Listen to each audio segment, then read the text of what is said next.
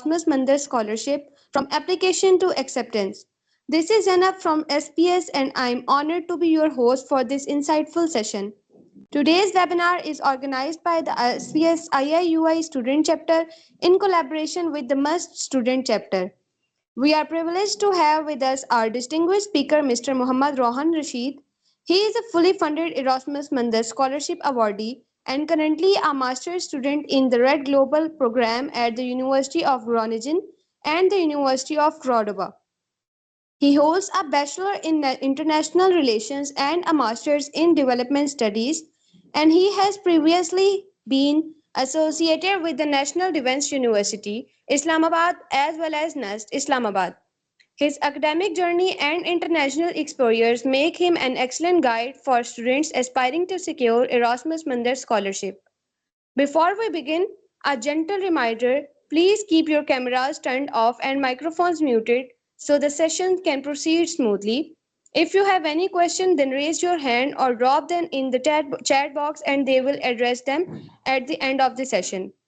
Now, without any further delay, I would like to hand over the session to our respected speaker, Mr. Muhammad Rohan Rashid. You may proceed, sir. Assalamu alaikum everyone. Am I audible? Yes, sir, you are audible. Okay, fine. So first of all, यहाँ पे मुझे थोड़ा कम idea है कि यहाँ पे जो मेरी ऑडियंस है वो किन किन यूनिवर्सिटी से है, लेकिन मैं एक ब्रॉडर पर्सपेक्टिव से बात करने की कोशिश करूँगा। मेरा थोड़ा सा इन्होंने बैकग्राउंड बताया है कि मैं नेशनल डिफेंस यूनिवर्सिटी से मैंने अपना बैचलर्स किया है और अपना मास्टर्स मैंने नस से किया है। मैं आपको स्टार्ट में अपनी थोड़ी पर्सनल जर्नी बताऊंगा ताकि आपको समझ आए कि ये प्रोसेस में हर तरह का बंदा अप्लाई कर सकता है, क्योंकि सम टाइम्स ये होता है कि हम समझते हैं कि we are not good enough for it. तो वो मेरी अपनी जर्नी बताने का मकसद ये है कि आप लोग समझ पाएँ कि ये कौन-कौन लोग जो अपने आप को समझते हैं कि हम नहीं कर सकते, वो भी ये कर सकते हैं। It's not a rocket science. सबसे पहले मैं बताता चलूँ, मेरा बैचलर्स कंप्लीट हुआ था 2022 में। एंड देन अगले 1 साल तक I did some odd jobs, और आप कह सकते हैं कुछ ऑनलाइन जॉब्स, और उसके बाद मैं 1 साल तक पे जॉब फाइंडिंग में ही लगा रहा हूँ पाकिस्तान में। मुझे नहीं मिली, then I started a masters in NUST university. अब जब मैं नस में स्टार्ट कर रहा था, वहाँ पे ही मैंने इंटरनेशनली यूनिवर्सिटीज़ के लिए अप्लाई करना स्टार्ट कर दिया था। लेकिन वो मेरी इतनी फुल मोटिवेशन से मैंने अप्लाई नहीं किया था। उसमें होता ये था कि वो मेरा स्टार्ट था, तो मुझे कई चीज़ों की समझ नहीं थी, और there are so many people जो कह रहे होते हैं कि आप हमें इतने पैसे दें, हम आपके लिए अप्लाई कर देंगे, एक्सेट्रा एक्सेट्रा। मैं उस बात पे नहीं गया, but once I remember Italy के अंदर मैंने अप्लाई करना था, और वहाँ पे मैंने एक इंसान को कुछ छोटी सी रकम दी थी, और उससे मैंने कहा था कि आप मुझे मतलब ना, वो कोई इटालियन यूनिवर्सिटी थी इटालियन लैंग्वेज में अप्लाई करने। जब मैंने देखा उसने अप्लाई करने में क्या जो थोड़ा बहुत जो वो बताते तो नहीं अपने तरीके, लेकिन मुझे समझ आया कि वो किसी भी बिना कोई जो काम ही नहीं है, जिसको कोई वर्थ ही नहीं है, जो कितना कोई मुश्किल काम ही नहीं है, उसके वो पैसे चार्ज कर रहा है, और लोग उससे भी ज़्यादा चार्ज कर रहे हैं। देन आई रियलाइज्ड कि ये काम खुद ही करने वाला है, मेरा सिर्फ फ़ियर है जिस वजह से मैं अप्लाई नहीं कर रहा हूँ। अ, अब वहाँ पे ये हुआ कि जब मुझे समझ आया कि it's not a rocket science, ये कोई मुश्किल काम नहीं है, तो मैंने वहाँ से ठान लिया कि अब जो मेरे पास नेक्स्ट ईयर आएगा, क्योंकि मैंने अब मास्टर स्टार्ट भी कर लिया था, तो मैंने कहा कि मैं तो masters for not so important reason कर रहा था।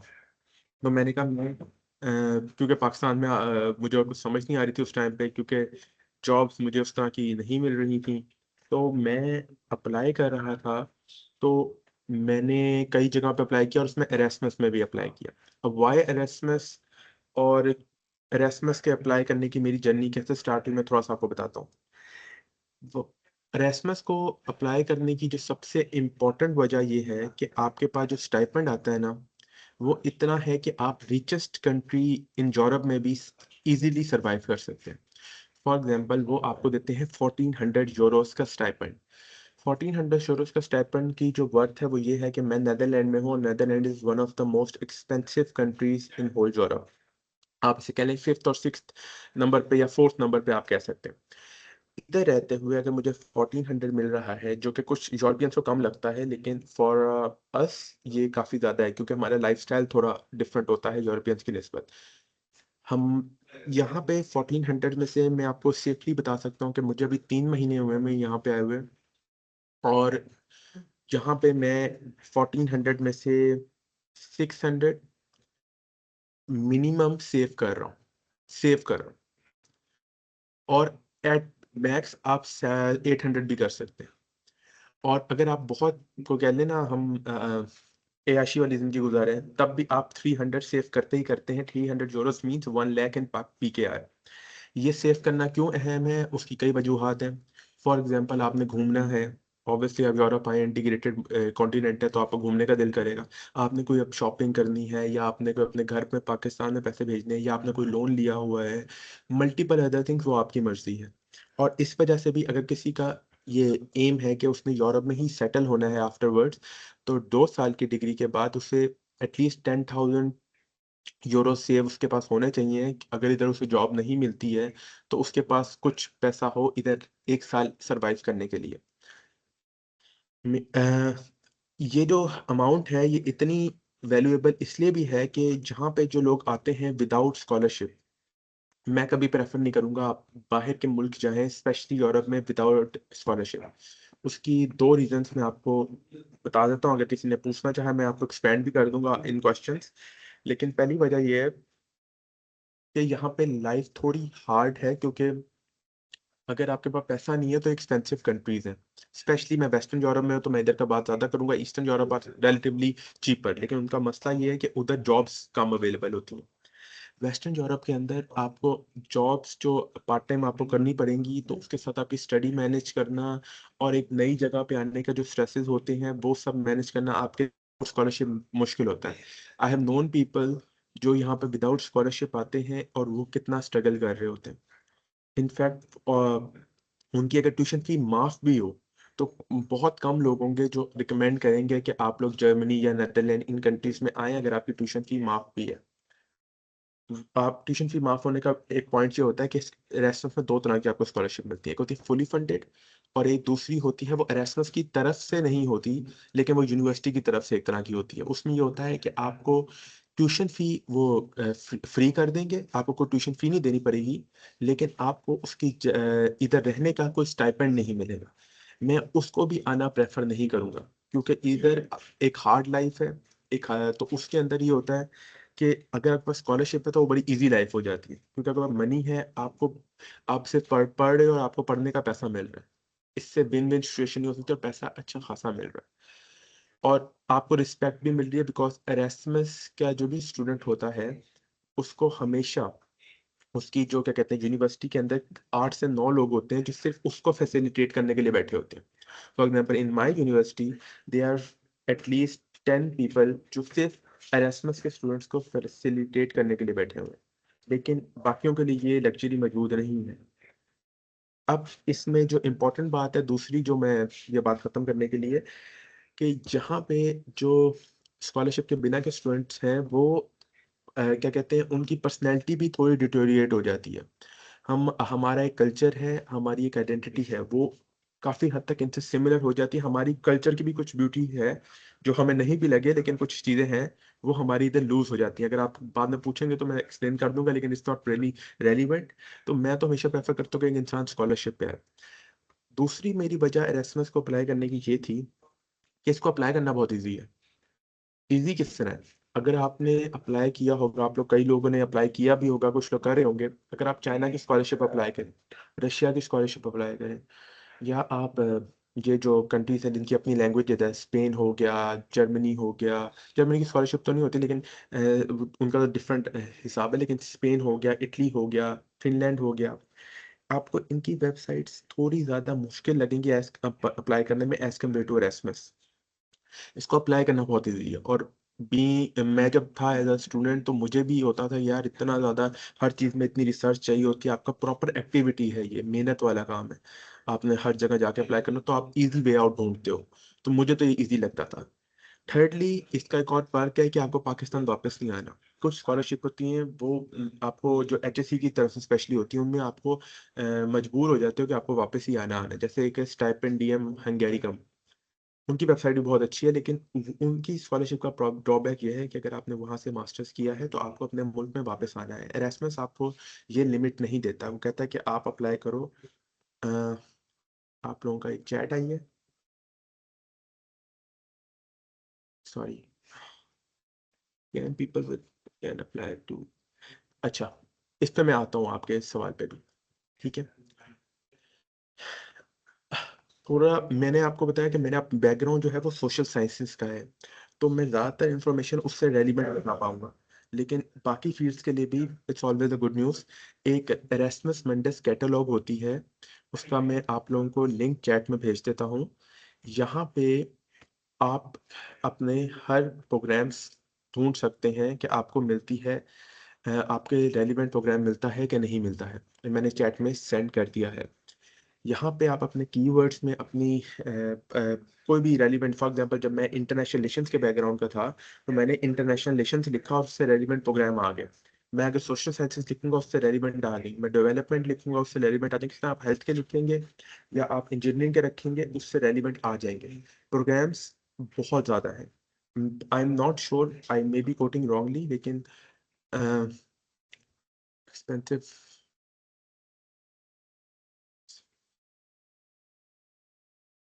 ओके, मैं आपके एक एक क्वेश्चन को आहिस्ता आहिस्ता एड्रेस करूंगा। सबसे पहले जब आप इधर कीवर्ड्स में जाके डालेंगे अपना क्या कहते हैं रेलिवेंट चीज, आपको उससे रेलिवेंट मल्टीपल प्रोग्राम मिल जाएंगे। इट्स प्रोबेबली 200 प्रोग्राम्स हैं मौजूद, ठीक है। और 200 प्रोग्राम्स मौजूद का मतलब है कि इसके अंदर वैरायटी ऑफ फील्ड्स हैं, जिसमें हेल्थ से लेके हेल्थ के बहुत ज़्यादा एक्चुअली प्रोग्राम्स हैं। एक्चुअली मैं भी जितने ज़्यादा लोगों को जानता हूँ जिनको भी हेल्थ के रेलिवेंट प्रोग्राम्स में ही क्या कहते हैं स्कॉलरशिप्स मिली हैं।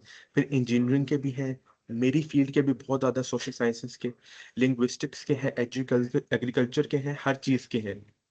तो इसमें और एक चीज़ मैं आपको बता दूं, जब आप प्रोग्राम देख रहे होते हैं तो ऐसा नहीं होता कि पाकिस्तान में एक स्पेसिफिक प्रोग्राम है तो उसी तरह का नेम में मिले। फॉर एग्जांपल अगर मैं इंटरनेशनल रिलेशंस के नाम का प्रोग्राम ढूंढने जाऊंगा तो मुझे टोटल एक मिलेगा।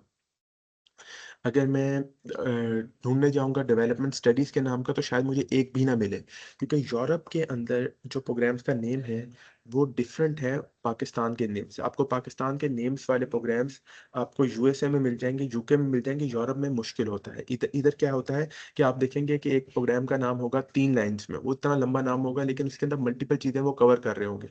फॉर एग्जाम्पल मेरे प्रोग्राम का नाम है religious diversity in a globalised world, और पाकिस्तान में इससे रेलिवेंट कोई डिग्री ही नहीं है। तो और जहाँ जिन मुल्कों में है जैसे कि बांग्लादेश, वहां पे होगा रिलीजियस स्टडीज।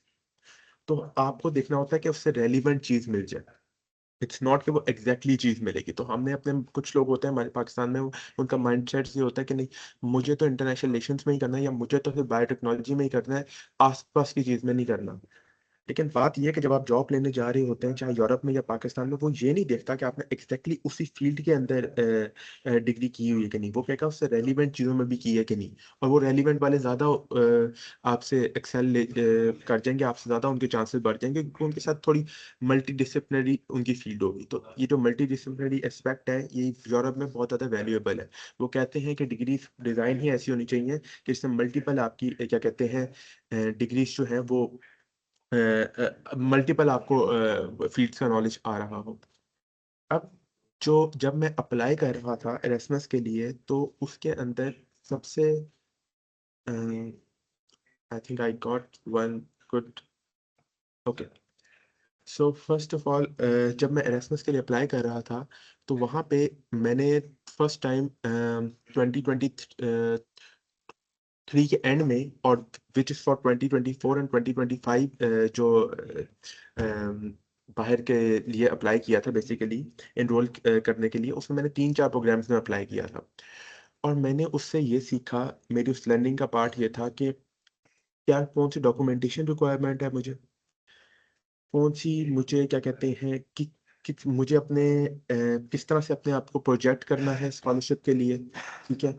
मुझ फॉर एग्जांपल उसकी डॉक्यूमेंटेशंस की अगर मैं सीधी सीधी बात करूँ आपसे, उसके अंदर इंपॉर्टेंट चीज़ें हैं मोटिवेशन लेटर, रिकमेंडेशन लेटर, उसके साथ साथ आपके क्या कहते हैं एक होता है प्रूफ ऑफ रेजिडेंस। मैं आपको एक एक करके इन सबको एक्सप्लेन करूंगा। फिर उसके साथ साथ एक चीज़ होती है which is called declaration of honour, और इसी तरह आपकी जो ये सिंपल डिग्रीज और सीवी वगैरह, नथिंग, इससे ज़्यादा कुछ नहीं वो मांगते हैं। ना आपसे मेडिकल भी मांगते हैं। मैं बीइंग वेरी श्योर, मैं आपको ये बात बता सकता हूँ, मोस्ट एरास्मस प्रोग्राम्स का जो पैटर्न है वो सिमिलर होता है। किसी एक आध प्रोग्राम होता है जिसमें डिफ्रेंसिएशन होती है, और जो एक एप्लीकेशन फीस नाम की आपने चीज़ ऑब्जर्व की होगी कई स्कॉलरशिप में होती है, वो इसमें नहीं होती है। लेकिन हाँ, एक आध प्रोग्राम्स होते हैं उनमें होता है, और मैं बताऊंगा वो क्यों होता है, और लेकिन वो मोस्टली नहीं होता। फॉर एग्जाम्पल, मेरा ये मानना है कि अगर आपने स्कॉलरशिप अप्लाई करनी है तो आपके लिए सबसे जरूरी चीज़ ये है कि आप अपनी पहले सारी डॉक्यूमेंटेशन पूरी कर लें, और ये आप कर लें जब आप अपने अप्लाई करने से पहले कर लें। अभी November is a bit too late, लेकिन स्टिल आप एक महीने में अपनी मैक्सिमम चीज़ें कर सकते हैं, और दिसंबर के बाद भी अप्रैल तक प्रोग्राम्स आपको शो हो रहे होते हैं डेडलाइंस में, तो आप सारे अप्लाई कर सकते हैं, साथ साथ भी कर सकते हैं। अब मैंने क्या किया था, मैंने अपनी पहले डॉक्यूमेंटेशन पूरी की एक साल, क्योंकि मैं ऑलरेडी एक मास्टर कर रहा था, तो मेरा तो टाइम लूज नहीं हो रहा था अगर मैं उस साल ना भी जा पाता। डॉक्यूमेंटेशन पूरी करने से क्या मुराद है, आईएल्ट्स देना।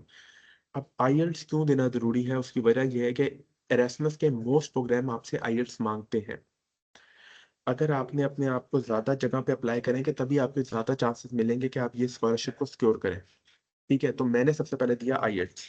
ठीक है, आईएल्ट्स दिया, और आईएल्ट्स अगर आप यूनिवर्सिटी स्टूडेंट हैं और आपने इंग्लिश में अपनी डिग्री की है, तो इट्स नॉट पॉसिबल कि आप आईएल्ट्स में अच्छा स्कोर ना कर पाए। और अच्छा स्कोर इज 7। 7 से ऊपर लेने का भी कोई फायदा नहीं। मेरा 8 है, मुझे कोई फायदा नहीं हुआ एक्स्ट्रा 8 लेने का। तो 7, और एक नॉर्मल स्टूडेंट का 7 तो आ सकता है आराम से, अगर वो सिर्फ देख ले कि आईएल्ट्स का पैटर्न क्या है, आईएल्ट्स में मार्क्स स्कोर कैसे करने हैं। वो आप यूट्यूब से भी सीख सकते हैं, और मैंने लिटरली 3 दिन में किया था। ठीक है, लेकिन होता ये है कि हम डिफरेंट फील्ड से होते हैं, तो क्योंकि मैं सोशल साइंसेज का फील्ड हूँ, हमारी राइटिंग स्किल्स थोड़ी बेहतर होती है, क्योंकि हमारा काम ही सारा ये लिखने वाले होते हैं। तो जो थोड़ा सा प्रॉब्लम आता है आईएलटीएस करते हुए लोगों को, वो ये आता है कि वो डिफरेंट फील्ड से होते हैं, तो उनको लिखने में वो, क्योंकि उधर आपको एक ऐसे राइटिंग का एक पोर्शन होता है, उसमें वो ज़्यादातर मार्क खा जाते हैं, और स्पोकन में मार्क खा जाते हैं। तो उसके अंदर इम्पोर्टेंट ये है कि आप अपनी थोड़ी प्रैक्टिस 1 वीक या 2 वीक्स की रखें, और फिर आप वो दें, और वो आप यूट्यूब वगैरह से सीख सकते हैं। आइल्स देना ज़रूरी है, मैं ये समझता हूँ, क्योंकि बहुत कम प्रोग्राम्स हैं जो कहेंगे आप आइल्स ना दें, और वो ज़्यादातर आपसे ये भी कह रहे हैं कि अपने बैचलर जहाँ से आपने किया है वहाँ से आप शो कर दें कि आपने बैचलर्स के अंदर क्या कहते हैं, इंग्लिश में डिग्री की है। तो वो एक आप लेटर अपनी यूनिवर्सिटी से बनवा लेते हैं, वो दिखा देते हैं। लेकिन आप अगर ऐसे प्रोग्राम्स को टारगेट करेंगे, मे बी आपको 1 और 2 प्रोग्राम मिले जो आपके इंटरेस्ट का हो, और वो आईएल्ट्स नहीं मांग रहा हो। तो फर्स्ट ऑफ ऑल आपको आईएल्ट्स तो देना पड़ेगा। ठीक है, ये मैं समझता हूँ कि अगर आपने अपने चांसेस बढ़ाने हैं तो आप आईएल्ट्स दें, अदरवाइज आप अपने साथ एक डिससर्विस करें। सेकेंडली आ जाती है रिकमेंडेशन लेटर्स। हर एप्लीकेशन में आपको रिकमेंडेशन लेटर वो मांगेंगे, चाहे किसी भी चीज का लिए वो मांगे। मतलब वो आपसे, मतलब बेसिकली वो वर्ड यूज करते हैं रिकमेंडेशन लेटर या रेफरेंस लेटर। अब ये 2 तरीकों से मांगते हैं। एक तरीका होता है कि वो आपको एक फॉर्म दे देंगे, कहेंगे ये अपने टीचर से फिल करवा लें। ठीक है, या एक तरीका होगा कि वो आपको कहेंगे कि आप अपने टीचर का नाम लिखते हैं, हम उन्हें ईमेल भेजेंगे, हम उनको फॉर्म खुद भेजेंगे और वो फिल कर दें। और तीसरा होता है जो कि मेरा फेवरेट मेथड है, वो ये है कि वो आपको कहें कि आप एक रिकमेंडेशन लेटर खुद अपलोड कर दें। अब रिकमेंडेशन लेटर, आई होप आप लोगों को आइडिया हो, लेकिन वो इस तरह होता है कि उसके अंदर 1 पेजर होता है बेसिकली, और 1 पेजर के अंदर आप बता रहे होते हैं कि मैं ये प्रोफेसर प्रोफेसर बता रहा होता है कि मैं ये प्रोफेसर हूँ, मेरी ये ईमेल है, मेरा ये फ़ोन नंबर है, एक्सेट्रा एक्सेट्रा। और ये हर यूनिवर्सिटी के प्रोफेसर को इसका आइडिया होता है, यूनिवर्सिटी वालों को भी आइडिया होता है। समटाइम यूनिवर्सिटी वाले खुद आपको हेल्प कर रहे होते हैं कि हाँ ये हमारा पैटर्न है, आप इसको फॉलो कर लें। और दरमियान में आपने 2-3 पैराग्राफ्स लिख के देने होते हैं कि, और वो प्रोफेसर आपका चेक कर लेता है कि हाँ यार ये चीज़ इसने ठीक लिखी है, ये चीज़ सही लिखी है। उसमें आप, जो मेरा मशवरा है आप लोगों को, कुछ लोग बड़े जेनेरिक लिखते हैं। जेनेरिक का मुराद ये होता है कि ये मेरा स्टूडेंट था, बहुत अच्छा स्टूडेंट है, हार्ड वर्किंग है, वो घिसी पिटी बातें, ओबीडियंट है, और आप इसको अगर अपने मास्टर प्रोग्राम में इनरोल कर लेंगे तो बहुत फ़ायदा होगा आपका। ठीक है, तो वो एक पैराग्राफ में 2 पैराग्राफ में खत्म हो जाता है। और अगर आप किसी प्रोफेसर को खुद लिखने को देंगे, वो इससे ज्यादा मेहनत नहीं करेगा, सब बिजी लोग होते हैं। आपका काम है कि आप इसको थोड़ा एक्सपेंडेड वर्जन में लिखें। एक्सपेंडेड में मैं आपको थोड़े ट्रिक बता देता हूँ। आप बताएं, आपने कौन सा कोर्स किया उनके साथ, उन्होंने वहाँ पे किस चीज में आपके टीचर थे, आपने उस कोर्स में क्या ग्रेड लिया, अगर अच्छा लिया तो स्पेशली बताएं। ठीक है। आपका कभी कभी आप ये भी बता सकते हैं अगर कोई ऐसा टीचर है जो कि आपके क्या कहते हैं कोऑर्डिनेटर रह चुका है या बहुत इन्फ्लुएंशियल टीचर रह चुका है यूनिवर्सिटी में, वो आप आपका जीपीए भी अगर आप लिखते हैं अगर अच्छा है तो। सेकेंडली आप वहाँ पे लिखें, बताएं कि ये मैंने इनके साथ कोई रिसर्च किया, प्रोजेक्ट किया, कोई असाइनमेंट की है। अगर आपने कोई ना कोई कोर्स में असाइनमेंट तो की होगी, आप बताएं उसका नाम ये था, उसमें इस बच्चे में मैंने ये अच्छी चीजें देखी। क्योंकि आप उसी से ये लेटर लिखवाने जाएंगे जिससे आपका थोड़ा इक्वेशन होगा, तो आप अपनी तारीफें लिख भी देंगे तो ऑब्वियसली वो आपको कुछ कहेगा नहीं। ठीक है। तो आप उसमें 2-3 पैराग्राफ में एक्सपेंडेड वर्जन में लिखें और फिर बताएं कि हाँ, ये मुझे लगता है कि अगर आपने इस मास्टर प्रोग्राम में ये स्टूडेंट इनरोल हुआ तो उसको बहुत ज़्यादा आपके मतलब ये उसके डिजर्विंग है, ये बहुत ही वेल क्वालिफाइड, इस तरह की आप बात करके थोड़ा एक्सपेंडेड लिखें। उसमें आप थोड़ी अच्छी टर्म्स यूज करें, एकेडमिक टर्म्स यूज करें, ताकि पता चले कि किसी अ, अच्छे स्टूडेंट ने लिखा हुआ है, जेनेरिक से हट जाए। क्योंकि हर बंदा लिख के भेज रहा है, आप कैसे स्टैंड आउट करेंगे अगर उसमें थोड़ा सा लगेगा कि हाँ यार, इस बंदे ने थोड़ी मेहनत की हुई है, और या इसके टीचर ने थोड़ी मेहनत मेहनत की हुई है इसके बारे में अच्छा लिखने में। और फिर आप अपने प्रोफेसर को चेक करवाएं, उसको यूनिवर्सिटी से स्टैम्प वगैरह, साइन वगैरह, जो भी आप लोगों का एक प्रोसीजर होता है वो करें। अब रेफरेंस और रिकमेंडेशन लेटर आइडियली आपका एकेडमिक सुपरवाइजर होना चाहिए, जो कि जिससे आप आपने थीसिस किया है। नहीं है वो, तो आपका कोई कोर्स का सुपरवाइजर होना चाहिए या फिर कोई आपका यूनिवर्सिटी का प्रोफेसर होना चाहिए। आइडियली मैं प्रेफर करूंगा आप पीएचडी वालों से लिखवाएं, जिन्होंने पीएचडी की हो। ठीक है। पीएचडी वालों की एक ग्लोबल रिस्पेक्ट होती है, उनसे लिखवाएं। अगर आप नहीं, आपका उन लोगों से इतना कोई अच्छा वास्ता, तो आप करें मास्टर्स वालों से लिखवा लें। ठीक है। लेकिन आइडियली जो मैं आपसे कहूँगा, असिस्टेंट प्रोफेसर या प्रोफेसर से ही लिखवाएं, और ये पीएचडी वालों से ही लिखवाएं। एक और रिकमेंडेशन लेटर होता है जो आप लिखवाते हैं अगर आपने कहीं पे इंटर्नशिप की है या पे जॉब की है, तो आप वहाँ के अपने सुपरवाइजर से या फिर अपने बॉस से लिखवा सकते हैं। उसके अंदर प्रॉब्लम ये होता है कि जब आप यूनिवर्सिटी में अप्लाई कर रहे होते हैं, वो प्रेफर करते हैं कि आप एकेडमिक करें। समटाइम वो लिख के भी देंगे कि आपका एकेडमिक ही हो बंदा। तो मैं तो कहूंगा कि आप सबसे पहले अपनी यूनिवर्सिटी, चाहे आपने 2 साल आपको ग्रेजुएट हुए भी हो गए, आप अपनी यूनिवर्सिटी जाएं और वो अपने पास रिकमेंडेशन लेटर्स अच्छे लिखवाएं। उनसे कह दें या फिर आप उन्हें लिख के दे दें। जीपीटी से लिखवा लें, बेशक उसका एआई चेक नहीं होगा, तो आप अच्छे लिखवा लें, लेकिन उसमें थोड़ा सा आपका पता चले कि आप खुद हैं, आपके बारे में लिखा जा रहा है, कुछ स्पेशल पता चले कि एक स्पेसिफिक बंदे के बारे में बात हो रही है। क्योंकि फिर सारे बंदे लिख रहे होते हैं, सेम लैंग्वेज होती है, आपके बारे में स्पेशल क्या है, तो अपनी कोई कोर्स बताएंगे, अपना प्रोजेक्ट बताएंगे तो बेहतर होगा। ये होगी रिकमेंडेशन लेटर की बात। लेकिन इसमें एक और चीज़ है कि आपने आपके पास कम से कम 3 होने चाहिए, 3 रिकमेंडेशन लेटर होने चाहिए। क्योंकि मोस्टली जगहों पे 2 मांगते हैं, लेकिन अगर आप एक्स्ट्रा कहीं पे डालने की ऑप्शन भी होती है, तो अगर आप 3 डाल देंगे तो वो आप ही के लिए एक अच्छी बात है। ठीक है। लेकिन ये कोई मैंडेटरी नहीं है, 2 तो आपके पास मिनिमम होने चाहिए।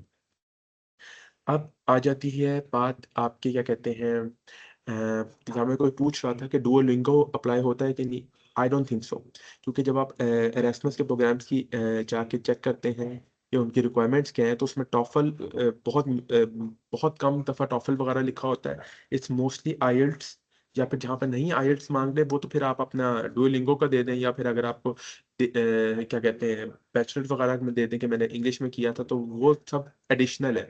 वो नहीं मांग रहे हैं तो फिर आप ये सब दे सकते हैं। जस्ट अगर आपको अपना कुछ वो एक पोर्शन होता है अचीवमेंट्स का कि आपने क्या एक्स्ट्रा आपके पास है, तो उसके अंदर आप ये डाल सकते हैं। अदरवाइज तो फिर रिक्वायरमेंट नहीं है, लेकिन रिक्वायरमेंट में हमेशा आईएलटीएस और टॉफल ही आता है, तो I don't think so Duolingo works. ठीक है। लेकिन इस पे मैं ज्यादा कमेंट इसलिए भी नहीं कर सकता क्योंकि मैंने ये बात फर्स्ट टाइम ये क्वेश्चन रिसीव की है।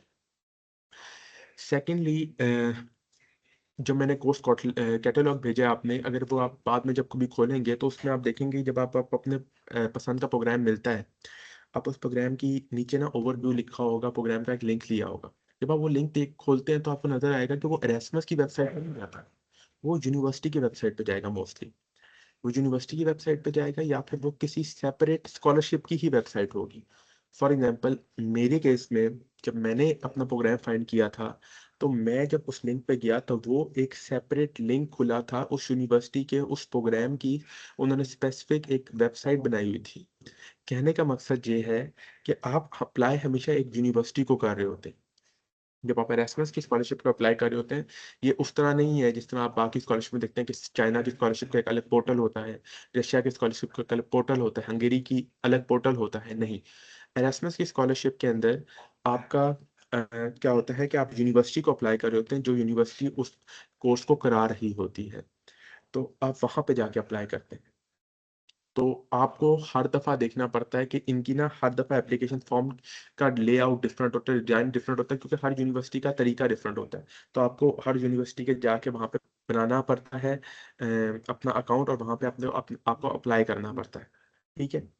अब जीपीए की जहां तक आप लोग बात कर रहे हैं, जीपीए, यार मैं एक ऐसे इंसान को भी जानता हूँ जिसका 2.75 जीपीए था और उसे एरास्मस की फुली फंडेड स्कॉलरशिप मिली है। ठीक है। तो जीपीए डजंट मैटर। तो जी इसलिए मैं बड़ी सीधी बात करूँ, जीपीए जीपीए फायदा जरूर देता है, लेकिन जीपीए इतना मैटर नहीं करता जितना हम समझते हैं। मेरा अपना 3.45 जीपीए था बैचलर्स में। ठीक है। तो लोगों का 2.75 भी मैंने देखा है होते हुए। ठीक है। It's more about how what you put in your CV, recommendation letter, motivation letter and your interview. It's not about your GPA. तो 2.75 का अगर हो सकता है ना, तो यार फिर किसी का भी हो सकता है। ठीक है। तो जहां तक बात है वो आपकी स्कॉलरशिप से ज्यादा मेरा इंटरनेशनल रिलेशंस था बैकग्राउंड। अब जब मैंने अप्लाई किया, तो मुझे वहां पे एक लर्निंग आई जो बड़ी इंपॉर्टेंट थी। मैंने एक प्रोग्राम में अप्लाई किया, वहां पे मुझे स्कॉलरशिप नहीं मिली, लेकिन उन्होंने मुझे बोला कि आपको हम ट्यूशन फी माफ करते हैं, आपकी मतलब वो एक पार्शियल स्कॉलरशिप बन जाती है, क्योंकि आपकी ट्यूशन फी माफ होगी, आपको स्टाइपेंड नहीं मिलेगा। मैंने वो अपॉर्चुनिटी अवेल नहीं की, लेकिन उससे मुझे कॉन्फिडेंस आ गया कि I am on a right track. May be एक आध चीज मिसिंग है, मुझे नेक्स्ट टाइम पक्का मिल जाएगी। वो मेरा कॉन्फिडेंस के लिए जरूरी था। तो अगर आप फर्स्ट टाइम रिजेक्ट भी हो जाते हैं, आपने ये देखना है कि आपकी लर्निंग क्या हुई है उसमें। फॉर एग्जाम्पल, उस टाइम पे मैंने अपना जब मोटिवेशन लेटर लिखा, मुझे ये श्योर हो गया कि मुझे पार्शियल स्कॉलरशिप मिल सकती है, तो मेरा मोटिवेशन लेटर ठीक है। और motivation letter really matters a lot in this scholarship. उसमें मैं आता हूँ कि उसको कैसे लिखना चाहिए, लेकिन उससे ज़्यादा जो ज़रूरी चीज़ है कि मेरी कुछ और प्रोग्राम में रिजेक्शन हुई, वो क्यों हुई? मेरी डॉक्यूमेंटेशन की वजह से हुई। फॉर एग्जांपल, हम पाकिस्तान में जो एक हमारे हमें एक डॉक्यूमेंट बनाना पड़ता है, उसका नाम है proof of residence. Proof of residence कोई इतना मुश्किल डॉक्यूमेंट नहीं है, लेकिन हमने बनाया नहीं होता, तो हम ना सोचते हैं पता नहीं कितना टाइम लगेगा, एक दिन में वो बनता है डॉक्यूमेंट। वो डॉक्यूमेंट होता क्या है, ये मैं बता दूं कि जब मैं रिकमेंडेशन लेटर बताया, ये भी मैं बता दूं, इसकी लर्निंग इंपॉर्टेंट है। एक पेज का ही होता है। उसमें आप लिखते हैं कि मेरा ये आई एम मोहम्मद रोहान रशीद, मेरा ये पासपोर्ट है, नंबर है, मेरा क्या क्या कहते हैं, मैं इस यूनिवर्सिटी से मैंने डिग्री की है, मैं इस जगह पे, मेरा अपना पूरा एड्रेस लिखते हैं, मैं यहाँ यहाँ इस लोकेलिटी में रहता हूँ। और नीचे आप बताते हैं कि इस इंफॉर्मेशन में कुछ भी गलत होगा तो क्या कहते हैं, मैं आपको इसमें कुछ भी गलत नहीं है, और मैं आपको राइट डॉक्यूमेंट्स अप्लाई प्रोवाइड कर दूंगा, वट एवर यू नीड। ठीक है। इसको एक बस नोटरी पब्लिक, अगर आप लोग जानते हो क्या होता है, जिसको हम कचहरी वगैरह कहते हैं, वहां पे जाके आपने एक नोटरी पब्लिक की स्टैंप्स लगवानी होती है, एक इंटरनेशनल स्टैंप होती है यूं ट्राइंगल शेप की, वो लगवानी होती है। और एक वो नोटरी पब्लिक वो आपसे मेरे ख्याल से मैक्सिमम 1000 रुपीज देता है अगर आप उसको स्टैम्प पेपर पर करवाएं। लेकिन स्टैम्प पेपर पर करवाना जरूरी नहीं है, आप उसको प्लेन पेपर पर भी लिखवा सकते हैं।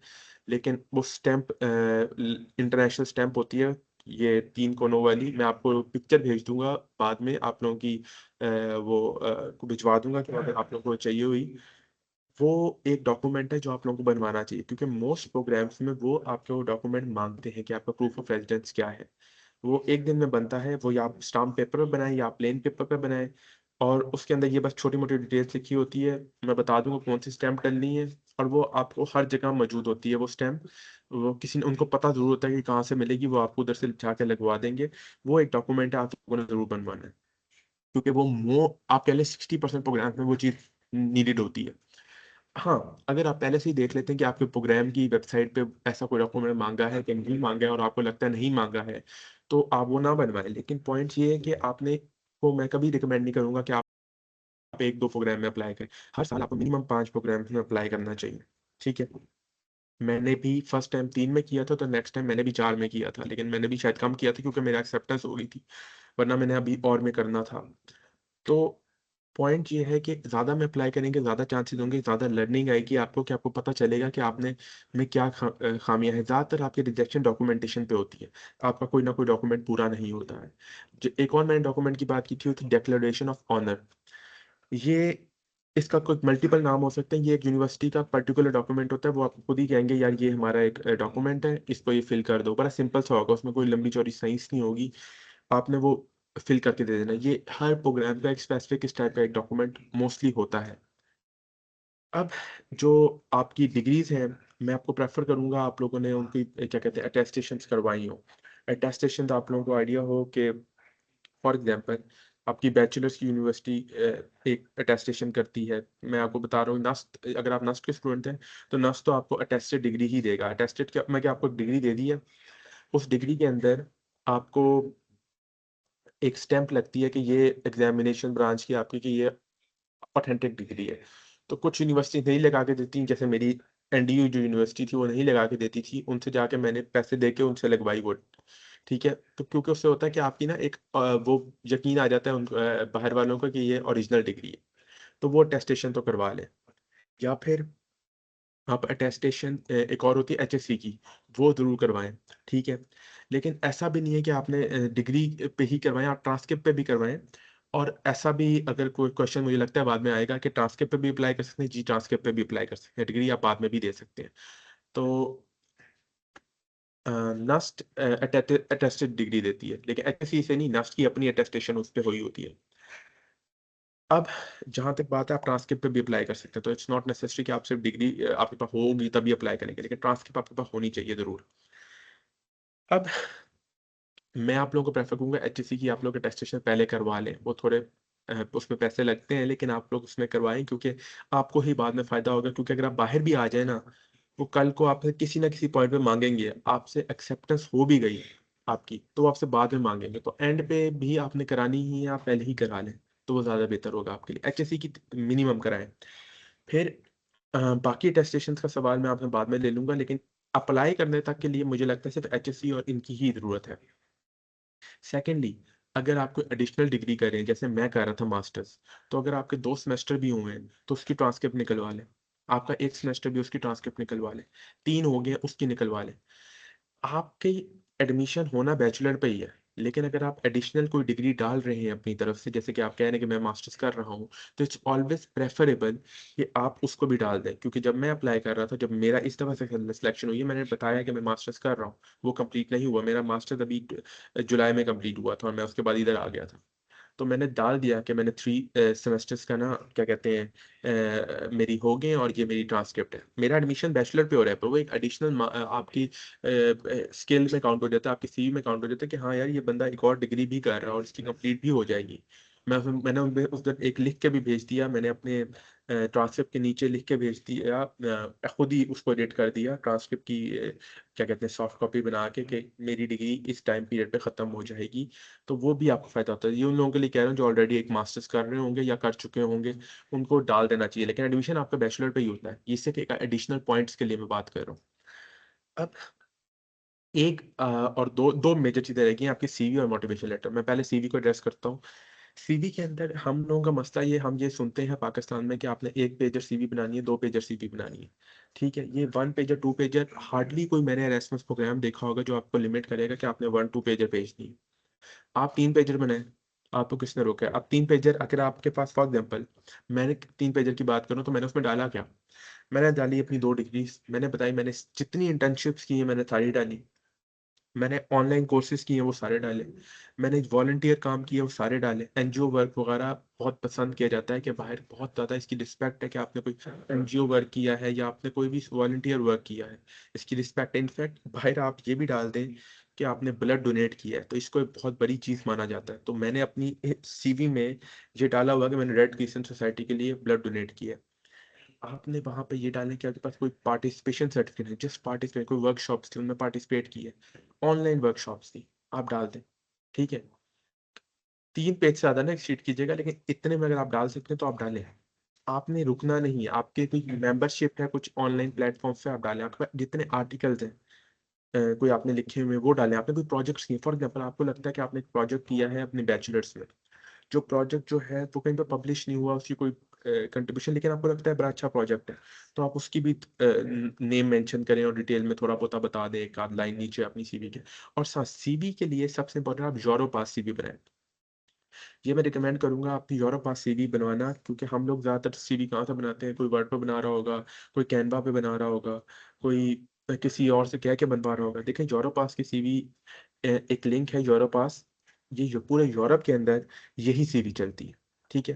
और वो बनाना भी बहुत ईजी है, उस पर एडिट करना भी बहुत ईजी है। फॉर एग्जांपल आप एक अकाउंट बनाते हैं, आप वो सीवी बनाते में ना, वो आपको हर चीज़ का उन्होंने सेक्शन दिया था, वॉलंटियर का, हर चीज़ का, आप वो सब फिल करते हैं, तो आपको रियलाइज होता है वो फिल करते हुए कि आप उसको बाद में एडिट भी कर सकते हैं। फॉर एग्जाम्पल आपने एक दफ़ा सीवी उस यूरोप की बना ली, उसके बाद सारा डाटा सेव होगा जो आपने सीवी में डाला है, और आप उसको बाद में एडिट कर सकते हैं, ठीक है, अपने लिहाज से। और आप कुछ चीज़ को रिमूव भी कर सकते हैं। तो आपकी सीवी अगर आपने माइनर से भी चेंज करनी है तो आपके लिए बहुत ईजी है करना, तो आपके पास वो अकाउंट बना होगा, तो वो आपको आपकी एकेडमिक लाइफ में भी, प्रोफेशनल लाइफ में भी हेल्प करेगा। लेकिन यूरोप पास सीवी के बिना आप कोई सीवी नहीं पाए भेजे, ठीक है। यूरोप पास की सीवी ही होनी चाहिए, लोगो बेशक हो, कोई मसला नहीं है, लेकिन मैं लोगों को बिना भेजा था, तो वो उधर ऑप्शन, जब आप यूरो पास की सीवी आप डाउनलोड कर रहे होते हैं तो उधर ऑप्शन आता है कि आपने यूरो पास का लोगो लगाना है या नहीं लगाना, तो आप हटा भी सकते हैं, ठीक है। तो मैंने तो हटा दिया था, तो वो आप लोग भी हटा दीजिएगा बेशक। लेकिन उसकी सीवी को वो प्रेफर करते हैं, उसमें लिंक डालने की भी जगह होती है, तो अगर आपने अपना लिंक्डइन का लिंक डाला है तो वो उस पर क्लिक करके लिंक्डइन को ही खोल सकेंगे, तो बहुत अच्छी सीवी होती है वो, उसकी वैल्यू बहुत ज़्यादा है। तो आप उसको अपने पाकिस्तान में किसी जॉब में भी अप्लाई करते हुए कर सकते हैं, या इंटरनेशनली किसी भी स्कॉलरशिप में वो सीवी बहुत आपके लिए वैल्यूएबल है। तो सीवी के लिए आपने यूरोपास की सीवी बनानी है, ठीक है। अब मैं आ जाता हूँ मोटिवेशन लेटर पे। तो यार देखिए, मैं हूँ सोशल साइंसेज के बैकग्राउंड का, मेरे लिए इंग्लिश राइटिंग इतना इशू नहीं है, ठीक है। जो मुझे मतलब की है बहुत लोगों के लिए होता है। मोटिवेशन लेटर के बारे में बहुत सी मिथ्स होती हैं, लेकिन जो मैं अप्रोच अप्लाई कर सकता हूँ मैं अपनी बताऊंगा, हर बंदे का बड़ा डिफरेंट और डिस्टिंक्ट स्टाइल होता है, ठीक है। यूरोप में अगर आप अप्लाई करें मोटिवेशन लेटर, तो मेरा आप लोगों को मशवरा है कि आप वो वाली गलती ना करें जो मोस्ट पाकिस्तानी करते हैं। वो गलती ये है कि आप बताएं कि मैंने ये किया हुआ, ये किया हुआ, ये यहाँ यहाँ मैंने इंटर्नशिप की है, यहाँ यहाँ मैंने जॉब की है। मुझे एक बात बताएं, आप लोग, सवाल है आप लोगों से, अगर आपने सीवी में बताया हुआ है मैंने यहाँ जॉब की है, यहाँ इंटर्नशिप की है, तो उसको रिपीट करने का फायदा क्या? ये एक गलती है जो बहुत पाकिस्तानी करते हैं। वो बंदा एक ही चीज को दोबारा पढ़ने के लिए क्यों खोलेगा डॉक्यूमेंट? आप अगर आप सिर्फ ये लिखने लग जाए ना कि मैंने ये किया है, ये चीज की है, ये चीज की है, तो आप अपना वर्ड काउंट जाया करें, क्योंकि 600 से वर्ड से ज्यादा आप मोटिवेशन लेटर नहीं लिख सकते हैं, कोई भी इससे लंबा नहीं मांगता है आपसे मोटिवेशन लेटर, तो और वो रिजेक्ट कर देते हैं। तो आपने उसके अंदर अपना टाइम वेस्ट नहीं करना ऐसी चीज़ों को लिखते हुए कि मैंने ये जॉब की है, ये इंटर्नशिप की है। आपने ये चीज़ों को सटली मेंशन करना है। फॉर एग्जांपल वो सीवी में देख सकते हैं आपने क्या क्या किया हुआ, लेकिन आपने सीवी लिखते हुए इस तरह से मेंशन करना है, ये मैंने इंटर्नशिप की थी, ये इंटर्नशिप करते हुए मुझे ये चीज़ रियलाइज हुई या मेरा ये थॉट आया। अब मैं फॉर एग्जांपल मैं लिख रहा हूँ, मैं एग्जांपल देता हूँ। मैंने बोला मैंने इस एनजीओ में काम किया, और एनजीओ में काम करते हुए मुझे पता चला कि नॉन मुस्लिम्स का साथ पाकिस्तान में एक स्पेसिफिक ट्रीटमेंट होता है।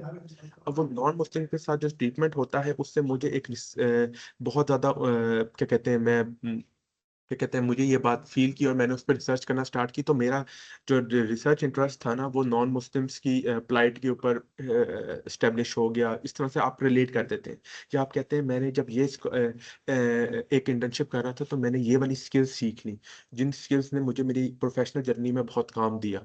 तो आप एक दो चीज़ें अपनी मेंशन करते हैं और उसको बताते हैं कि आपने उससे लर्न क्या किया, या हाउ दैट जॉब और internship is relevant to what you are applying, but to the course you are applying, ठीक है। तो आपने एक और दो को मेंशन करना है जो कि बहुत अच्छी हो, और उनमें से आपने बताना है कि उनसे आपने सीखा क्या। अगर आप मुझे बताने मैंने ये किया, इट डजंट मैटर, वो सीवी में लिखा हुआ है। आपने दूसरा से अपना ये बताना है कि आप एग्जैक्टली इस प्रोग्राम में आते हैं तो आप इनको क्या ऑफर कर रहे हैं। हल्का सा आपने ये भी बताना है, आपने ये भी बताना है कि आप इसमें आना क्यों चाहते हैं, आपकी क्या मोटिवेशन है ये स्कॉलरशिप लेने की, या आपको क्या मोटिवेशन है ये पर्टिकुलर प्रोग्राम करने की। फॉर एग्जांपल मैंने कहा कि मैंने रिलीजियस डाइवर्सिटी के बारे में मेरा प्रोग्राम है, तो मैंने इस प्रोग्राम में अप्लाई करना है। ठीक है, अब मैंने सबसे पहले थोड़ा सा बताया कि मैं इसमें क्यों इंटरेस्टेड हुआ। मैंने बताया कि मैंने जब इंटरनेशनल रिलेशंस किया और जब मैंने डेवलपमेंट स्टडीज का एक डिग्री ली, तो मेरे क्या कहते हैं सोशल इश्यूज पे, इन चीज़ों पे मेरा बहुत ज़्यादा रुझान भर गया। और उससे मैंने क्या कहते हैं कई आर्टिकल लिखे, जिसको मैं सोसाइटी के बेनिफिट के लिए या फिर एक मल्टीपल मैंने एनजीओज में काम किया, जस्ट कि मैं कुछ ह्यूमैनिटी की खिदमत कर सकूं, इस टाइप की बातें लिखी। और थोड़ा बताया कि इससे मैंने सोशल साइंसेज रिसर्च मेथड्स के ऊपर कुछ साइंटिफिक इंक्वायरी लर्न की, थोड़ा एकेडमिक टर्म्स यूज की, ताकि बताया कि व्हाट आई नो। क्योंकि हर बंदा लिख रहा होता है वो मोस्टली जेनेरिक लिख रहा होता है। आपने थोड़ा सा एक एज लेने के लिए, थोड़ा स्टैंड आउट करने के लिए, थोड़ा सा आपने चीजें लिखनी ऐसे है कि आप पता चले कि इस बंदे को नो हाउ भी है कि नहीं। उसके बाद मैंने बताया कि जब मेरी ये सारी चीज आ गई, तो मुझे अब लगा कि मैंने जब इतना नॉलेज ले लिया, मुझे इसकी कोई प्रैक्टिकल एप्लीकेशन भी करनी चाहिए। तो मैंने एनजीओस में काम किया एक्सेट्रा। लेकिन मुझे लगता है अभी भी कि मेरी प्रोफेशनल ग्रोथ के लिए मुझे एक इंटरनेशनली रिकग्नाइज्ड एजुकेशन लेनी चाहिए, ताकि मुझे क्योंकि पाकिस्तान में हमारे पास उतनी अच्छी एजुकेशन की अपॉर्चुनिटीज नहीं है। तो मैं अपने आप को अपना एक्सपेंड करूँ, अपना स्कोप, अपना कैपेबिलिटीज को, तो मुझे एक इंटरनेशनल एक्सपोजर चाहिए। तो मैं उसके लिए अप्लाई करना चाहता हूँ। अब मैंने फिर उसके बाद बताया कि मेरा रिसर्च इंटरेस्ट ये है। अब आधे लोग गलती क्या करते हैं, मोटिवेशन लेटर में बताते ही नहीं इनका रिसर्च इंटरेस्ट क्या है। फॉर एग्जाम्पल, मैं ये मानता हूँ, मैं अभी भी ये डिग्री कर रहा हूँ, मुझे नहीं पता कि मैं थीसिस किस पे करना चाहता हूँ।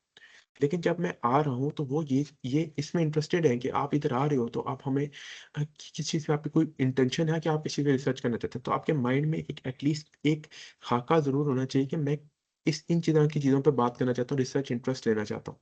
तो मैंने थोड़ा सा मेंशन किया कि मेरा ये रिसर्च इंटरेस्ट है, और मुझे लगता है कि आपके ये जो प्रोफेसर हैं, और ये एक और अच्छी चीज़ में एक बात है कि आप बताएं कि आपको कौन सा प्रोफेसर है जिससे आप समझते हैं कि आप उससे लर्न करना चाहते हैं। क्योंकि आप यूनिवर्सिटी की वेबसाइट पे जाएंगे, आप फैकल्टी में सर्च करेंगे, आपको पता चलेगा कौन सा प्रोफेसर है जो इस तरह के सिमिलर टॉपिक पे काम करता है। तो आप कहते हैं कि मैं इनसे पढ़ने में इंटरेस्टेड हूँ, क्या आप बता सकते हैं ये पर्टिकुलर कोर्सेज है जो यूनिवर्सिटी कराए इस प्रोग्राम में कराए जाएंगे, इन इन कोर्सेज को पढ़ने के लिए मैं बहुत इंटरेस्टेड हूँ, शायद ये मेरे रिसर्च इंटरेस्ट में काम आ जाए, शायद ये मेरे अपने पैशन में काम आ जाए। तो उससे पता चलता है कि बंदे ने रिसर्च की है, बंदा आपकी वेबसाइट खोली है, वो वाकई ही इंटरेस्टेड है, वो रैंडम बंदा अप्लाई नहीं कर रहा, उसने फैकल्टी भी खोली है, इतनी रिसर्च की है।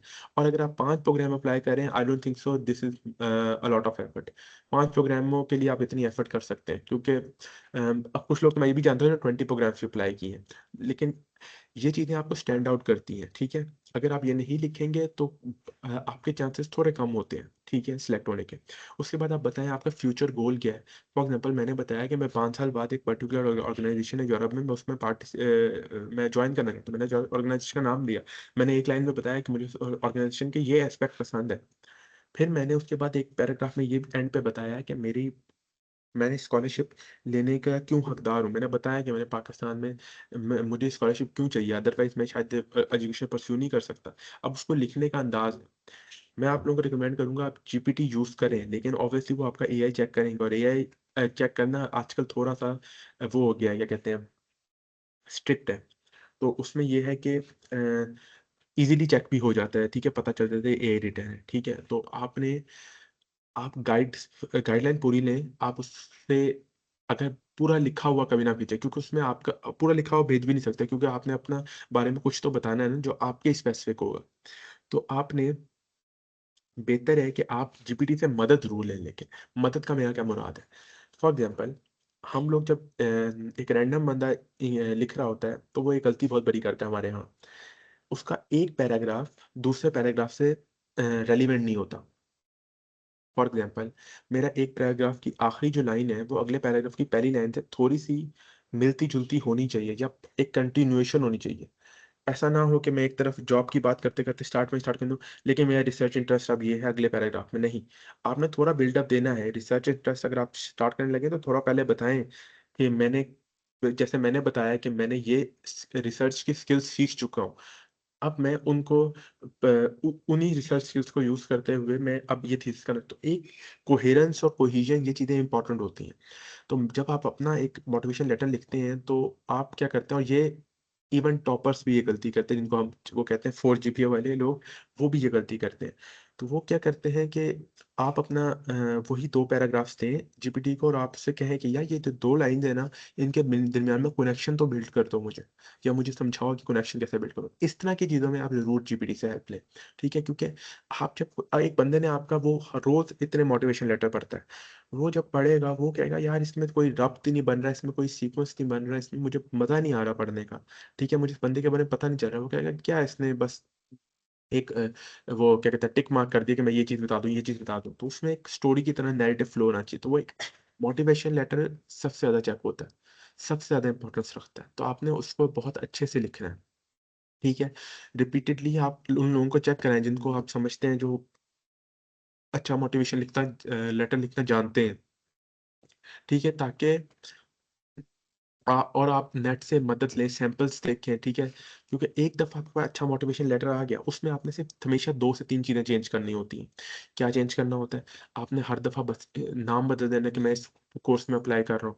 आपने ये बता देना है, थोड़ा सा रिसर्च इंटरेस्ट आपको बदल जाएगा, थोड़ा सा अगर आप कोर्सेज लिख रहे हैं तो कोर्सेज बदल जाएंगे। 2 3 चीजें बदलेंगी, बाकी वो सिमिलर रहेगा। कि अगर एसएस में अप्लाई करें कि स्कॉलरशिप क्यों चाहिए, ये सिमिलर रहेगा। क्या आपने पीछे आपने एक आध इंटर्नशिप की थी, उससे आपने क्या सीखा, क्योंकि आप एक ही तरह की फील्ड्स में अप्लाई कर रहे होंगे ना। तो आपके ज्यादा कुछ नहीं बदलेगा, लेकिन दो दो पैराग्राफ हमेशा बदलेंगे। ठीक है, अब वो जरूरी है। आप ऐसा नहीं हो सकता एक ही मोटिवेशन लेटर को आप 2 3 प्रोग्राम्स के लिए अप्लाई करते हैं। नहीं, उसके अंदर आपने कुछ तो बदलना है ना, वरना बहुत जेनेरिक साउंड करेगा। तो motivation letter is the most important thing. लेकिन ये मैं आपको इतना बता रहा हूँ कि अगर जब आपका डॉक्यूमेंटेशन रेडी हो ना, तो जब मैंने जिस प्रोग्राम में मैं अभी सिलेक्ट हुआ हूँ, वो मैंने रात के 10 बजे अप्लाई करना सोचा था, और रात के 12 बजे डेडलाइन थी। तो मैंने 10 बजे अप्लाई करना सोचा और 12 बजे तक मैंने अप्लाई कर दिया। इसमें मैंने वो मोटिवेशन लेटर में 2 पैराग्राफ बदले, कोर्सेज डाले, मैंने अपना रिसर्च इंटरेस्ट डाला, बाकी मेरे पास सारी डॉक्यूमेंटेशन रेडी थी और मैंने सिर्फ एप्लीकेशन फॉर्म फिल किया। So what I am saying is कि अगर आपको डॉक्यूमेंटेशन पूरी हो ना, तो अप्लाई करना मुश्किल नहीं।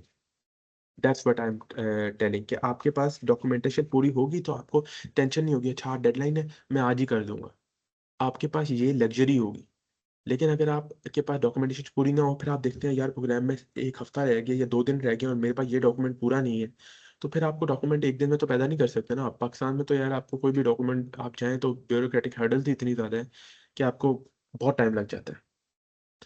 तो ये कुछ चीज़ें हैं जो आपको एरास्मस की स्कॉलरशिप को अप्लाई करते हुए चाहिए।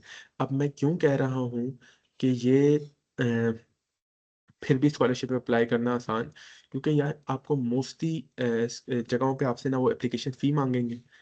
आपसे फिनलैंड में मांगते हैं, आपसे पुलिस वेरिफिकेशन एक बहुत ही गंदा प्रोसेस है, वो आपको एप्लीकेशन के टाइम पे मांगेंगे। वो आपसे चाइना में मांगते हैं, वो 2 हफ्ते लेते हैं।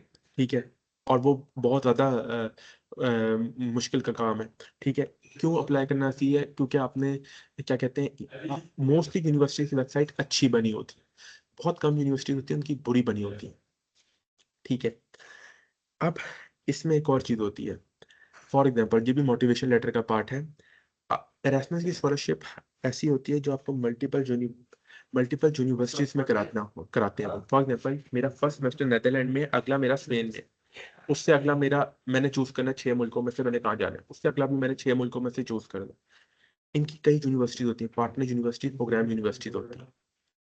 अब जो आपकी यूनिवर्सिटीज होती है, उनमें से वो आपसे ना एप्लीकेशन के टाइम पे ही पूछ लेते हैं कि आपने फर्स्ट सेमेस्टर में किस यूनिवर्सिटी से करना है। उन्होंने लिस्ट दी होती है कि इसमें 2 3 यूनिवर्सिटीज है, इनमें से किसी एक में करना है। सेकंड सेमेस्टर की भी आपको यूनिवर्सिटीज दी होंगी, उनमें से आपने कौन सी चूज करनी है। तो आप उसको वो आइडियली आपसे मांगते हैं, आप मोटिवेशन लेटर में मेंशन कर दें, या फिर वो अलग से एक आपको फॉर्म दे देंगे, या फिर आपको एक स्पेस दे देंगे। वहां पे आपने लिखना होगा कि मैंने ये यूनिवर्सिटी चूज किया, और आपने बताना होगा मैंने क्यों चूज की। ये एक अक्सर आपको मोटिवेशन लेटर में ही लिख देना चाहिए, लेकिन अगर उन्होंने सेपरेट ऑप्शन नहीं दिए। लेकिन अगर नहीं वो क्या कहते हैं, नहीं दी हुई है सेपरेट ऑप्शन, तो आप मोटिवेशन लेटर में ये चीजें मेंशन करते हैं। लेकिन 5 प्रोग्राम्स के लिए मैं नहीं समझता है बहुत ज़्यादा एफर्ट है, क्योंकि ये सुनने में ज़्यादा लगता है, लेकिन जब आप करने लग जाते हो तो इट्स नॉट मच। आपने एक एक लाइन ही लिखनी होती है। अब क्या कहते हैं, जो इम्पोर्टेंट चीज़ ये है कि मैं आपको थोड़ा सा बता दूं, ये जो मैंने 4 यूनिवर्सिटीज़ की बात की है, कभी कभी ऐसा होता है कि वो वर्क कैसे करता है सिस्टम, कि पहले वो आइडियली ज़रूरी ज़्यादातर ये होता है कि आपकी पहली यूनिवर्सिटी जो होती है ना, जो फर्स्ट सेमेस्टर की यूनिवर्सिटी होती है वो एक ही होती है, उसमें आपको चूज़ नहीं करना पड़ता, आपको चूज़ सेकंड और थर्ड सेमेस्टर में करना होता है, और फोर्थ तो होता ही थीसिस का, तो वो आपके प्रोफेसर पे डिपेंड करता है, उसकी आपने अभी टेंशन नहीं लेते हो आप, आपसे शुरू में सिर्फ सेकंड सेमेस्टर तक ही पूछते हैं। बहुत कम प्रोग्राम ऐसे होते हैं जिसमें आपको फर्स्ट सेमेस्टर की यूनिवर्सिटीज में ही ना मल्टीपल ऑप्शन देते हैं और आपको चूज करना होता है। तो उसमें मेरा रिकमेंडेशन होगा कि जब भी आप चूज करें, आप रैंकिंग जरूर देखें, क्यूएस रैंकिंग होती है, टाइम्स रैंकिंग होती है, यही वैल्यूएबल है, इनमें देखें और आप अपनी रैंकिंग के लिहाज से देखें, या फिर अगर आपको कोई अलग मोटिव है, जैसे कि आप कहीं पे आपका कोई रिश्तेदार है उस मुल्क में, या आपका कोई जानने वाला है, या आपको उस मुल्क में इंटरेस्ट है, फिर आप देख लें, ठीक है। लेकिन क्यों मैं फर्स्ट और टू यूनिवर्सिटीज की बात कर रहा हूँ, मोस्टली जो फर्स्ट और सेकंड यूनिवर्सिटी होती है ना सेमेस्टर्स की, वही आपको डिग्री देती है, तो आपको 2 डिग्रियां मिलती हैं आपको एरास्मस की स्कॉलरशिप में, ये डुअल डिग्रीज होती है बेसिकली। तो आपको जो आप चाहेंगे कि आपको अच्छी रैंकिंग वाली यूनिवर्सिटी दे, तो मैंने भी इसी तरह चूज किया था। मोर और लेस यही एक प्रोसेस है एरास्मस की स्कॉलरशिप को अप्लाई करने का। उसके बाद का प्रोसेस ये होता है कि अगर आप एप्लीकेशन आपने सबमिट कर दी, आप सिलेक्ट हो गए हैं, तो आपको वो 1-2 महीने में आपको रिस्पॉन्ड कर देंगे आप सिलेक्ट हुए नहीं हुए। अगर वो आप सिलेक्ट हुए हैं तो वो आपको एक इंटरव्यू के लिए बुलाएंगे, ठीक है। मोस्टली इंटरव्यू होता है, कुछ प्रोग्राम में वहाँ पे इंटरव्यू नहीं भी होता है। तो वहाँ पे ये होता है कि वो जब आपको इंटरव्यू के लिए बुलाते हैं, तो आप पहले बात तो अपने माइंड में आपको ये समझ जाना चाहिए, अगर आपको इंटरव्यू के लिए बुला रहे हैं तो your chances are really bright, ठीक है।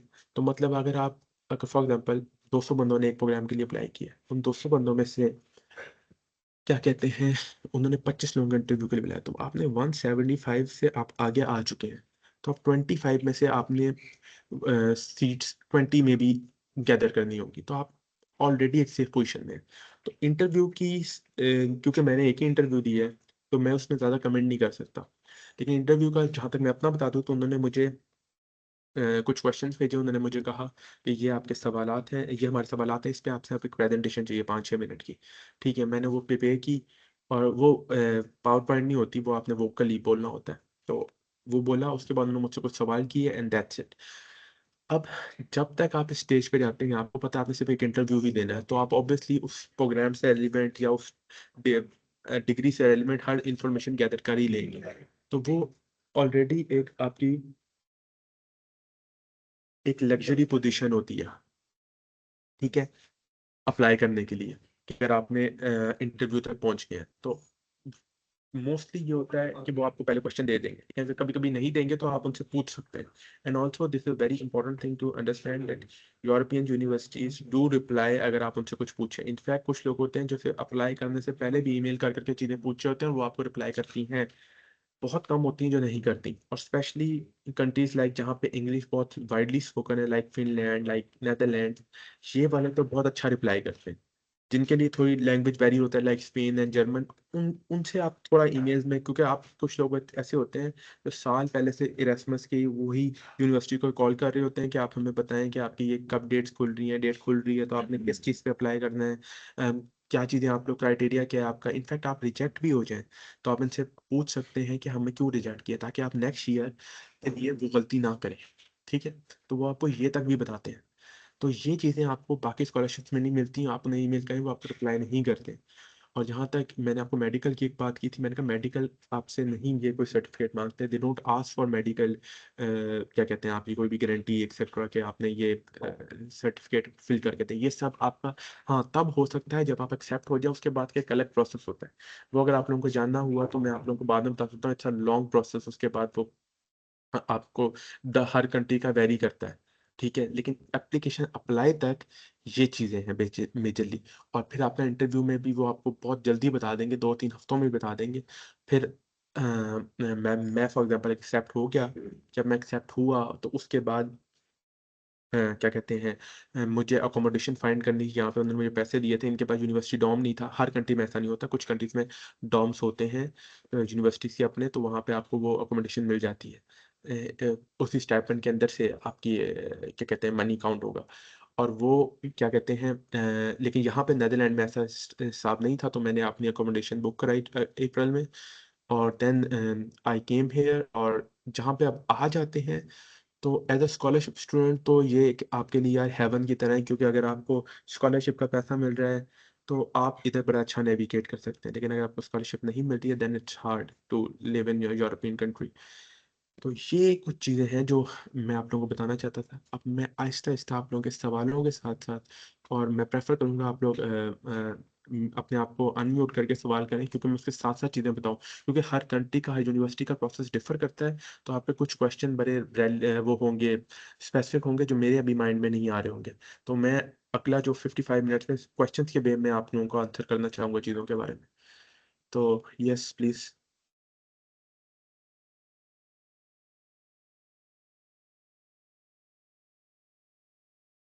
एनीवन, आप लोग फ्री होकर मुझसे सवाल करें, कोई भी आपने सवाल करना है। चाहे चैट में मैंने कई लोगों के क्वेश्चंस नहीं लिए हैं तो वो मुझसे दोबारा पूछ लें।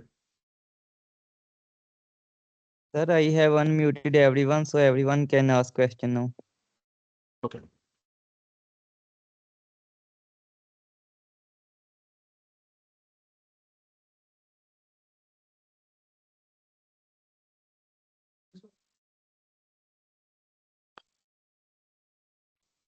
अस्सलाम वालेकुम भाई। जी जी। भाई मैं यहाँ पे फर्स्ट सेमेस्टर का स्टूडेंट हूँ। मैंने अभी अभी बीएस में एडमिशन लिया है। तो मैं ना एमएस के लिए एरास्मस के लिए ना वो करना चाहता हूँ, ये एरास्मस ज्वाइन करना चाहता हूँ। तो आपसे ये पूछना था कि मतलब जीपीए तो आप कह रहे हैं चले इतना मेंटेन नहीं करता, उसके साथ साथ मैं और कौन सी एक्टिविटीज़ कर सकता हूँ जो मुझे बेनिफिशियल होगी। देखिए भाई, पाकिस्तान में ना मैं आपको सच में बताऊं, जॉब लेना ज़्यादा मुश्किल है as compare to international scholarship हासिल करना। पाकिस्तान पिछले 4 सालों से वर्ल्ड में टॉप कर रहा है एरास्मस मंडे स्कॉलरशिप अचीव करने में। तो मैं आप लोगों को ये भी बता दूं, पाकिस्तान में पिछले 4 सालों से हम टॉप कर रहे हैं। तो हम उसकी वजह ये है कि हम एक ऐसे कंट्री से आते हैं जिनको वो चाहते हैं कि उधर के स्टूडेंट उधर आए। तो वो प्रेफर करते हैं कि जो जितने इनफैक्ट मैं अभी भी अपनी यूनिवर्सिटी से पूछा था, वो चाह रहे थे कि हम अफ्रीका से नेक्स्ट टाइम स्टूडेंट लाएं। ठीक है। तो बात ये है कि हम हमारी जैसी कंट्रीज को वैल्यू मिलती है, तो उसके अंदर वैल्यू कैसे मिलेगी जब आप थोड़ा सा स्टैंड आउट करने वाली चीज़ें करेंगे। फॉर एग्जाम्पल, मैं था, मुझे पता था मुझे पाकिस्तान में जॉब नहीं अच्छी मिल रही, तो मैं अपनी सी में क्या डालूंगा, तो मैंने कोर्सेज किया ऑनलाइन। कि कैम्ब्रिज यूनिवर्सिटी के कोर्स होते हैं, मल्टीपल और कोर्सेज होते हैं, जो भी आपकी फील्ड से रेलिवेंट है आप ले लें, वो सर्टिफिकेशंस ले लें। ठीक है। आप वो अप्लाई करें।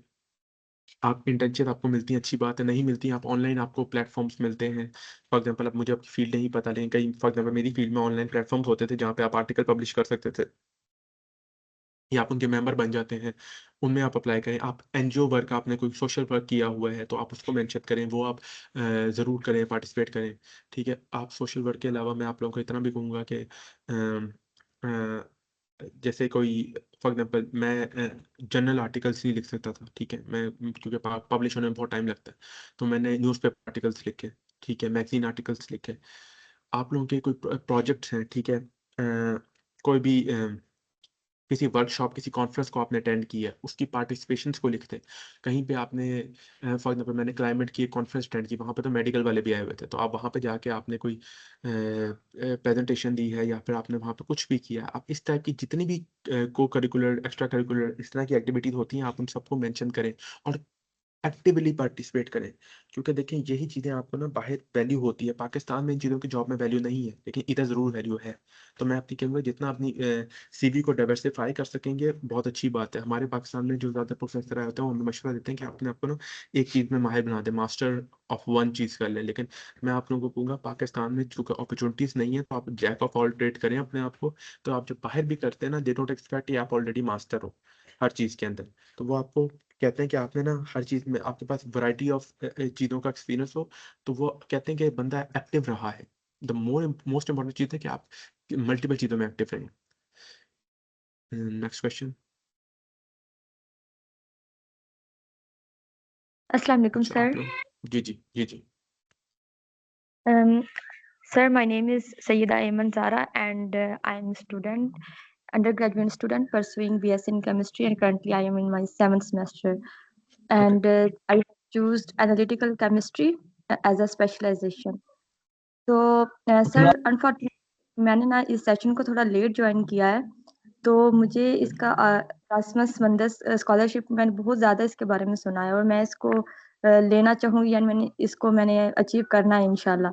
फिलहाल मेरा 6 सेमेस्टर तक 3.8 CGPA चल रहा है BS केमिस्ट्री में।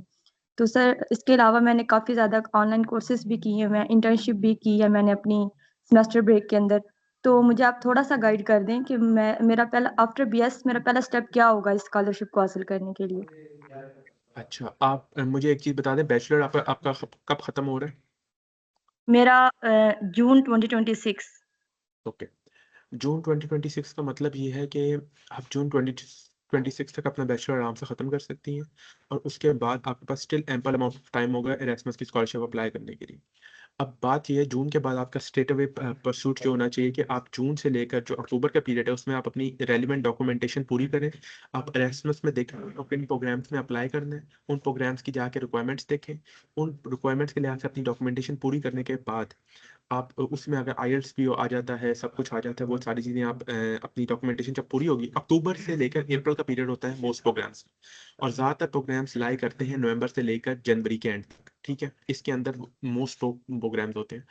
ठीक है, तो उसके इस टाइम पीरियड के अंदर जो आपके पास जून से लेकर अक्टूबर का होगा, आपने अटेस्टेशन सारी करा लेनी, ये सब करा लेना है। और अगर आपके पास कोई इंटर्नशिप एक और करने का भी मौका मिलता है, बिकॉज एक इंटर्नशिप, दो इंटर्नशिप लोग कहते हैं काफ़ी है, कोई काफ़ी नहीं होता पाकिस्तान में। अगर आप 5 भी कर लें काफ़ी नहीं है। ठीक है, तो आप जितनी भी कर सकती हैं आप करें, जॉब मिलती है आप साथ साथ वो भी करें।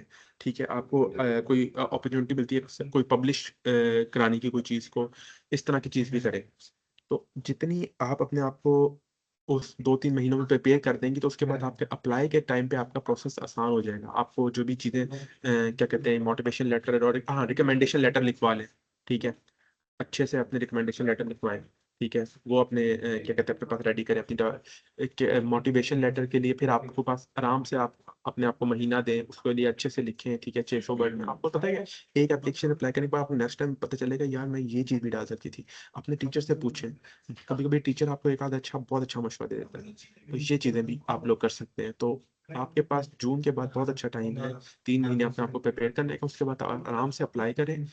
और आपके पास हाँ, अगर आपको जॉब वो भी करिए तो साथ से कंटिन्यू करें, उसको छोड़े मत, क्योंकि वो भी काउंट होगा कि आप बहुत एक्टिव स्टूडेंट हैं। और आप जब इंटरव्यू में जाएंगी आप बताएंगी ना कि आपने फॉरन ये किया, आपने अपना टाइम वेस्ट नहीं किया, तो ऑब्वियसली आपके बारे में एक अच्छा इंप्रेशन ही जाता है। थैंक यू सो अस्सलाम मच सर। वालेकुम भाई। जी जी अस्सलाम वालेकुम। जी जी ब्रदर, मेरा क्वेश्चन बेसिकली इससे सीवी से रिलेटेड है। जैसा कि जो मेरा प्रोग्राम टाइटल है जिसमें मैंने अप्लाई करना है वो मेरे थीसिस से भी हाईली रेलिवेंट है और जो मेरा जॉब टाइटल है उससे भी हाईली रेलिवेंट है। तो उस जिस टॉपिक पर मैं अप्लाई कर रहा हूँ उसके रिलेटेड मैंने 2 कोर्सेज कर रखे हैं कोर्सेरा से। और उसके अलावा मैंने काफ़ी ज़्यादा सर्टिफिकेशन की है कंस्ट्रक्शन मैनेजमेंट के अंदर, ethics at work place, stepping up as a leader और लीडरशिप के 2-3 कोर्सेज जो कोर्सेरा से डिफरेंट यूनिवर्सिटी से, university of East West London और इस टाइप की यूनिवर्सिटियों से मैंने किए हुए हैं। तो ये चीज़ें हो गई और उसके अलावा जो मेरा रिसर्च है ना, ऑलमोस्ट मेरे 12 प्लस कॉन्फ्रेंस पेपर्स हैं। बट उनके अंदर ये है कि मेरे 7 जो कॉन्फ्रेंस पेपर हैं वो स्ट्रक्चर से रिलेटेड हैं और जो 4 कॉन्फ्रेंस पेपर से 5 हैं वो कंस्ट्रक्शन मैनेजमेंट से रिलेटेड हैं डायरेक्टली। वो मेरे टॉपिक से रिलेटेड नहीं है, बट ये है कि फील्ड मिलती जुलती है क्योंकि मैं बीम में अप्लाई करना चाहता हूँ और बीम जो है वो भी कंस्ट्रक्शन मैनेजमेंट के अंदर ही आता है। बट ये है कि कॉन्फ्रेंस पेपर कंस्ट्रक्शन मैनेजमेंट के हैं। ऑल्दो मैं एक कॉन्फ्रेंस पेपर पर काम कर रहा हूँ वो बीम से रिलेटेड ही है। तो मुझे ये चीजें बताएं कि मैं सीवी के अंदर इन चीजों को मेंशन कर सकता हूँ क्योंकि हाईली कॉम्पिटिटिव है, कंपटीशन काफी ज्यादा है। क्योंकि मैंने तो यही सुना है कि हर चीज को आपने टू दी पॉइंट और हाईली रेलिवेंट करके लिखना है, चाहे वो मोटिवेशन लेटर है, चाहे आपका वो रिकमेंडेशन लेटर्स हैं, चाहे आपकी सीवी है उसके अंदर आपने फालतू चीजें नहीं डालनी। जैसे कि मेरा रिसर्च वर्क है, मेरे काफी ज्यादा सर्टिफिकेशंस हैं, मैंने काफी ज्यादा सोसाइटीज के अंदर इन्वॉल्वमेंट है। उसके अलावा मैं रशियन ओपन डोर का रनर अप हूँ। इसके अलावा मैंने बहुत सारी ट्रेनिंग्स की हुई हैं स्ट्रक्चर से रिलेटेड, वो सर्टिफिकेशन भी हैं। तो क्या आया मैं इन चीजों को अपनी सीवी के अंदर जो मैंने यूरो पास पर बनानी है उसके अंदर ऐड करूं या ना करूं? जहाँ तक रेलिवेंट की बात है, मोटिवेशन लेटर और रिकमेंडेशन लेटर तो आपके रेलिवेंट ही होने चाहिए। वो मैंने भी आपको कहा था कि रिकमेंडेशन लेटर में जो भी आपके रेलिवेंट चीज़ है वही डालें, और मोटिवेशन में भी रेलिवेंट ही डालें। मोटिवेशन लेटर के अंदर आपने अपना वर्ड काउंट ज़ाया नहीं करना बेतुकी बातें करके। लेकिन सीवी जहाँ तक बात है ना, उसको रेलिवेंट रखने में आप अपने साथ एक थोड़ी सी डिससर्विस भी करें। फॉर एग्जांपल देखिए, मैं जब आप बाहर आते हैं ना, आप मुझसे पूछें, वो आपसे एक्सपेक्ट नहीं करते कि आप हर चीज़ के मास्टर हो। फॉर एग्जांपल आप मुझे कह रहे हैं ना, आपने 12 क्वेश्चन कॉन्फ्रेंस पेपर है, इधर जो मास्टर का स्टूडेंट आता है ना, उससे वो एक्सपेक्ट नहीं करते उसके एक भी कॉन्फ्रेंस पेपर हो। ठीक है, वो उससे क्योंकि वो कहते हैं ये चीजें हमने सिखानी है। तो पाकिस्तान में जो एक मास्टर के स्टूडेंट को समझ आता है कि ना वो तो एलीट है, यहाँ पे नहीं है। यहाँ पे वो बहुत उसको एक कहते हैं कि ये बिगनर ही है। ठीक है, इस तरह समझाता है। तो मैं तो आपको यही रिकमेंड करूंगा कि आप कॉन्फ्रेंस पेपर जो है ना, अपने जितने भी हैं मेंशन करें। 3 पेज से ज्यादा एक्सीड ना करें आप अपनी सीवी को। उसको आप मल्टीपल चीजें डिस्कस कर सकते हैं। देखिए, एक चीज आपसे 30% रेलिवेंट भी है ना आपकी डिग्री से, तो आप उसे मेंशन करें। फॉर एग्जाम्पल, मैंने अपने एक वर्कशॉप में पार्टिसिपेट किया था, वो स्पेस से रिलेटेड थी। वो मेरी डिग्री से बिल्कुल रिलेटेड नहीं है, मैंने नहीं मेंशन किया क्योंकि वो बिल्कुल भी रिलेटेड नहीं है। ठीक है, लेकिन अगर कोई सोशल साइंसेज की ही फील्ड की चीज है, अब वो चाहे आईआर की हो, डेवलपमेंट की हो, या मल्टी, क्योंकि एक ही सोशल साइंस में मल्टीपल फील्ड आ जाती है, तो मैंने मेंशन किया, वो मैंने डेफिनेटली मेंशन किया। तो ये जो हम सोचते हैं पाकिस्तान में, ये मसले हैं कि हम हर चीज को इतनी रिजिड स्ट्रिक्ट लेंथ से देखते हैं। बाहर ये मसले कम हैं। हमारे पास एक गलत इंटरप्रिटेशन है कि बाहर वाले जो हैं वो हमारी पाकिस्तानियों की तरह काफी स्ट्रिक्ट होंगे, ऐसा नहीं है। तो आप थोड़ा सा अपना वैरायटी ऑफ एक्सपीरियंस मेंशन करें। यहाँ पे इस चीज़ की वैल्यू की जाती है कि आप मल्टी डिसिप्लिनरी हैं। तो आपके जितने भी कॉन्फ्रेंस पेपर हैं, मैं आपको कहूँगा उनमें से एटलीस्ट जो डायरेक्टली रेलिवेंट है वो तो सारे मेंशन करें, जो 70% रेलिवेंट है वो भी मेंशन करें। अगर फिर भी आपको 12 में से लगता है कि मुझे 7-8 मेंशन करने, इतने तो करें ही करें, क्योंकि आपके पास एक जो स्किल है आप उसको मिनिमाइज मत करें। ठीक है, तो सीवी में मैं बात कर रहा हूँ मोटिवेशन। और मोटिवेशन अगर मैं आप ये कह सकते हैं आई जी हैव जी रिटन मल्टीपल कॉन्फ्रेंस पेपर, ठीक है, तो आप इस तरह से मेंशन कर सकते हैं। और उनमें से कोई एक को पकड़ के आप थोड़ी स्टोरी बना सकते हैं कि यार ये मेरे लिए, इससे मैंने ये सीखा और इससे मैंने ये स्किल किया, उसके बाद मेरा ये इस चीज में इंटरेस्ट पैदा हुआ। उस तरह से खेल सकते हैं, लेकिन आपने सीवी के अंदर आप अपने आप को कर्टेल ना करें इतना ज्यादा। मैं तो ये प्रेफर करूंगा आपको। ओके। और भाई मेरा एक और क्वेश्चन था मोटिवेशन लेटर से रिलेटेड, कि क्वेश्चन मेरा ये है कि मेरा जो एम है, मेरा जो लॉन्ग टर्म गोल है, कि मैंने ना मास्टर्स करने के बाद एरास्मस से इंशाल्लाह अल्लाह पाक हमें स्कॉलरशिप दे, तो वो मास्टर्स करने के बाद मैंने अपने कंट्री को, अपने कंट्री के अंदर अपनी ही यूनिवर्सिटी के अपने डिपार्टमेंट को ही सर्व करना है। तो क्या एरास्मस की कोई इस तरह की कोई लिमिटेशंस है? क्योंकि मैंने 2-3 यूट्यूब वीडियोस देखी हैं, तो उनके अंदर यही था कि एरास्मस कमेटी या एरास्मस स्कॉलरशिप आपको पसंद नहीं करती, क्या या आप यहाँ से पढ़कर वापस अपने कंट्री ही जाकर अपने कंट्री को सर्व करें। वो चाहते हैं कि आप हमारे पास से पढ़ के हमें ही बेटर सॉल्यूशंस प्रोवाइड करें। अच्छा, ये आप बात बिल्कुल ठीक कह रहे हैं कि वो ये चाहते हैं कि तभी वो आपको बुलाते हैं, क्योंकि उनको उस फील्ड में रिसर्चर की जरूरत होती है। लेकिन ये इस पे मैं इतना नॉलेजेबल नहीं हूँ, क्योंकि ये बड़ा उनका इनसाइडर का मामला होता है। ठीक है, इतना मुझे इस पे आइडिया नहीं है। लेकिन ये है कि मुझे मैंने ऐसे लोग भी देखे हैं जिन्होंने कहा है कि हम अपने कंट्री को ही सर्व करना चाहते हैं, तो वो इसको भी नेगेटिव में नहीं लिया गया। But it varies university by university. ठीक है, तो मैं कंफर्म नहीं कर सकता आपको इस बात पे। तो मैं कहूँगा अगर आप इसको ना मेंशन करें तो बेहतर है, लेकिन आप मेंशन भी कर देंगे तो आई डोंट थिंक सो ये इतनी बड़ी वजह है कि आपको रिजेक्ट कर दिया जाए।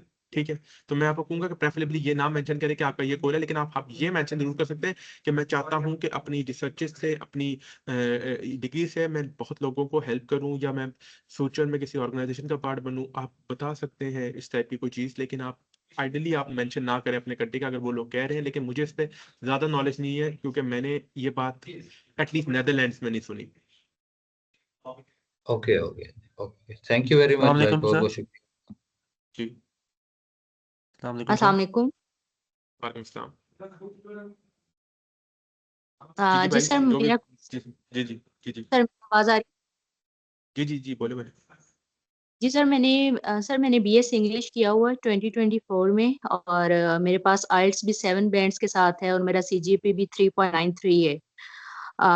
सो सर, मैंने उसके बाद ना इटली में अप्लाई किया था, और मेरा स्पेंजा यूनिवर्सिटी ऑफ रोम में मैंने एडमिशन भी लिया था। मुझे कंडीशनल ऑफर लेटर वगैरह आ गया था, लेकिन सर मुझे डिग्री लेट मिली थी, मेरी डॉक्यूमेंटेशन लेट थी, इस वजह से मुझे जो है अपॉइंटमेंट वगैरह नहीं मिल सकी। तो इस साल सर मैं दोबारा अप्लाई कर रही हूँ एक दो कंट्रीज में भी। मेरा अब मुझे एरास्मस का भी पता चला है, सो उसके लिए भी मैं अप्लाई कर रही हूँ, करना चाह रही हूँ। सर मेरा क्वेश्चन ये है कि मैंने रिकमेंडेशन लेटर्स बनवाए हुए हैं, मेरे पास डॉक्यूमेंट सारे कंप्लीट हैं। सो आया कि मैं उन्हीं रिकमेंडेशन लेटर्स को यूज कर सकती हूँ, या कुछ स्पेसिफिकेशन है एरास्मस से रिलेटेड जो मुझे मतलब उसमें मेंशन करवा के या ऑल्टर करवा के दोबारा अपने टीचर से बनवानी चाहिए? सेकेंडली सर, मेरा क्योंकि ह्यूमैनिटीज का है, लाइक मैंने इंग्लिश में किया हुआ है, तो क्या मैं सोशल साइंसेज में भी कर सकती हूँ? जैसे कि आपका जो सब्जेक्ट है रिलीजियस स्टडीज से रिलेटेड, या फिर जेंडर स्टडीज, या इस तरह के जो है पब्लिक पॉलिसी वगैरह के, तो इसमें भी मैं जा सकती हूँ, लाइक अपना क्वालिफाई कर सकती हूँ? बिकॉज मेरे पास कोर्सेज भी हैं, कंटेंट राइटिंग का है, मेरे पास इंटर्नशिप भी है, मैंने as a IELTS and PT instructor work किया है, सो CGPA भी मेरा अच्छा है। सो ये दो क्वेश्चन काइंडली मुझे आप अगर इनका आंसर दे दें। अच्छा चलो ठीक है। एक्चुअली आपने काफ़ी चीज़ें पूछी, तो अगर मैं कुछ मिस कर जाऊँ तो मुझे दोबारा रिमाइंड करा दीजिएगा। जो मेरी आपकी बात है कि मैं इंग्लिश की मैंने किया हुआ है और मैं बाकी प्रोग्राम में अप्लाई कर सकती हूँ कि नहीं। देखिए सबसे पहले उसका आइडियल मेथड यही होता है कि आप जाके उस प्रोग्राम की देखें कि उस प्रोग्राम के अंदर क्या कहते हैं रिक्वायरमेंट्स के अंदर किस टाइप के स्टूडेंट को मांगा गया है।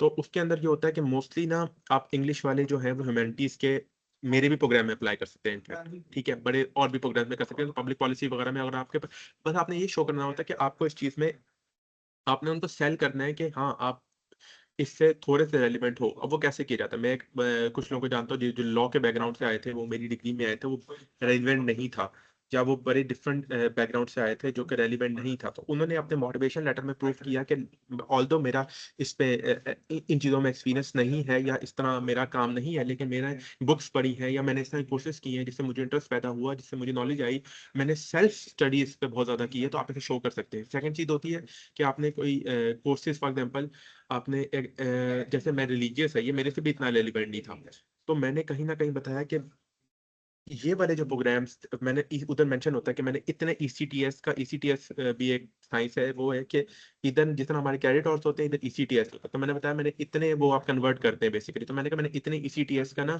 कुछ जगह पे ऑप्शन भी लिखी होती है कुछ एप्लीकेशन में कि आपने इस रेलिवेंट कोर्सेज किए हैं कि नहीं। जो जो जिन लोगों ने फिनलैंड अप्लाई किया उनको पता होगा मैं क्या बात कर रहा हूँ। आप मेंशन करते हैं मैंने ये वाले जो कोर्सेज किए थे, 3-4 कोर्सेज मैंने अपने बैचलर में किए थे, ये बड़े रेलिवेंट हैं टू दिस डिग्री, या फिर वो थोड़े बहुत रेलिवेंट है, तो उसमें मेरा ये ग्रेड आया था वगैरह वगैरह। तो आप ये थोड़ा सा कुछ ना कुछ वे में अपना प्रेजेंट कर सकते हैं, या बताते हैं मैंने एक्सटर्नल कोर्सेज किए थे, इस तरह की चीजें। तो ये सारा चीजों थे, आपका पॉइंट ये आपने उनको शो कराना है कि आप इससे रेलिवेंट है। अब वो उनके पास ऑप्शंस में से आप शो करा पाए। उन्होंने कभी कभी ऐसा भी होता है कि वो मोटिवेशन लेटर आपसे ना डायरेक्टली नहीं मांगते, मैंने शुरू में बता भी रहा था कि कभी कभी होता है वो आपको क्वेश्चंस दे देते हैं, उन्हें कहते हैं उनके नीचे 200 वर्ड्स का आप आंसर लिख के दें। तो आप वहां पे कोई क्वेश्चन उससे रेलिवेंट होता है, तो आप इस तरह से अपने आप को प्रोजेक्ट कर सकते हैं। तो आप पहले तो जाके अपनी देखें कि वो उन्होंने कितने फील्ड से लोगों को मांगा हुआ है उस पर्टिकुलर प्रोग्राम के लिए है। और सेकेंडली अगर आपको लगे यार ये इतना रेलिवेंट नहीं है, लेकिन you can still project yourself, लेकिन उसमें चांसेस थोड़े कम होते हैं, लेकिन इट्स नॉट नेसेसरी कि आपका हो ही नहीं, क्योंकि मैंने बहुत लोगों को देखा है जिनका होता है। तो it's worth doing it. And also English वाले बहुत बैठे हुए हैं जिनको एरास्मस की स्कॉलरशिप मिली है, तो इनफैक्ट मैं बहुत लोगों को जानता हूँ जो अभी भी ट्राई कर रहे हैं। तो इट्स बेटर कि आप अप्लाई करते हुए झिझके नहीं इस चीज़ में, और अपने आप को प्रोजेक्ट करें कि आप इससे कितनी रेलिवेंट है, क्योंकि आपने डॉक्यूमेंटेशन रेडी की हो तो आई एम प्रीटी श्योर कि आप अपने आप को बाकी चीज़ों में आपके पास इतना टाइम होगा कि आप ये चीज़ें कर सकें। और सेकंड क्वेश्चन आपका क्या था, सॉरी मुझे दोबारा रिपीट कर दें। रिकमेंडेशन लेटर से रिलेटेड था ओके कि मैंने ऑलरेडी यूज किए हैं अप्लाई करने में, सो मैं उनको कर सकती हूँ, या इसमें स्पेसिफिक ऑल्टरनेशन चाहिए मुझे अब इसके लिए करने के लिए, जो मैं दोबारा से मतलब तैयार करवाऊँ अगर? देखिए रिकमेंडेशन लेटर मैंने आपके पढ़े तो नहीं है, क्या पता वो ऑलरेडी बहुत अच्छे हो, ठीक है। अगर फॉर एग्जांपल जो बहुत आइडियल सिनेरियो होता है ना, वो ये होता है कि आपने एक पर्टिकुलर प्रोग्राम में अप्लाई करना है, अपने प्रोफेसर से उसी का लिख पाए, लेकिन वो प्रैक्टिकल नहीं है क्योंकि आपने उस प्रोग्राम के अलावा भी 10 जगहों पे अप्लाई करना है। तो आप लिखवाते इस तरह है कि मास्टर्स इन एरास्मस मुंडस स्कॉलरशिप लिखवा दें। फॉर एग्जाम्पल मैंने तीन अपने हर जब प्रोफेसर के पास जाता था, मैं एक ही दफा जाता था और उससे कहता था मुझे 3 तरह के आपसे मोटिवेशन लेटर चाहिए। मैं सब में हल्की सी वर्डिंग चेंज है। एक है जनरल जिसमें मैं लिखूंगा जॉब फेलोशिप हर चीज के लिए मैं इसको रिकमेंड करता हूँ, ठीक है, वो मैं हर जगह डालूंगा, ठीक है, जहां भी मुझे चाहिए। एक जगह मैंने लिखा है, मैंने कहा सिर्फ एरास्मस मंडे स्कॉलरशिप के लिए मेरे लिए आप मोटिवेशन लेटर लिखते ठीक है। और तीसरा, अगर मुझे कभी स्पेसिफिकली एक ही चीज के लिए चाहिए था, वो भी होता है कभी कभी, कोई प्रोग्राम कहते हैं सिर्फ आप हमारे लिए लिखवाएं, तो वो भी मैंने लिखवाया हुआ है। तो मेरा ये होगा कि आइडियली सबको मैं रिकमेंड करूंगा आप लिखवाएं फॉर स्कॉलरशिप इन मास्टर्स, चाहे, ठीक है, for any scholarship and fellowship, ताकि आप एरास्मस के अलावा भी बाकी स्कॉलरशिप को भी अप्लाई कर सकें। सेकेंडली, अगर आप, मैंने आपको पहले भी रिकमेंडेशन में लोगों को बता रहा था कि आप लोगों ने उसके अंदर थोड़ा सा एकेडमिक टर्म्स या बताना है, आपने कोर्सेज क्या किए, आपने बताना है कि आपने उस टीचर के साथ सिर्फ पढ़ाने के अलावा भी अगर कोई एक्टिविटी की है, जैसे कि मैं एक प्रोफेसर के साथ मैंने एक रिसर्च असिस्टेंट बन गया था, तो ये चीजें आपने मेंशन करनी, ताकि पता चले थोड़ा स्पेसिफिक लिखा हुआ है, वरना जेनेरिक तो हर प्रोफेसर का सेम लगेगा। आपको लगता है कि आपका मोटिवेशन लेटर दोबारा लिखवाने वाला है, उसमें और बेहतर हो सकता है तो आप लिखवा लें, अदरवाइज जरूरत नहीं है। जी, thank you so much sir. Kindly अगर थोड़ा सा टाइम पीरियड का भी आप बता दें कि एप्लीकेशंस का टाइम पीरियड अभी क्या चल रहा है, नवंबर से कब तक है? देखिए, हर प्रोग्राम की अलग होती है। कुछ प्रोग्राम है उनकी अप्रैल में भी आप अप्लाई कर सकते हैं, डेडलाइन होती है, कुछ की जनवरी में खत्म हो जाती है, कुछ की दिसंबर में भी खत्म हो जाती है। तो मोस्ट लोगों की दिसंबर से लेकर जनवरी के एंड तक खत्म हो जाती है, लेकिन कुछ होते हैं जो फरवरी मार्च और आप अप्रैल में भी अप्लाई कर सकते होते हैं। तो लेकिन आप जब अप्लाई करेंगे आपको रियलाइज होगा आपको कई ऐसे प्रोग्राम होंगे जिनमें आप दिसंबर के अंदर डेडलाइन होगी, जिसकी जनवरी में डेडलाइन होगी।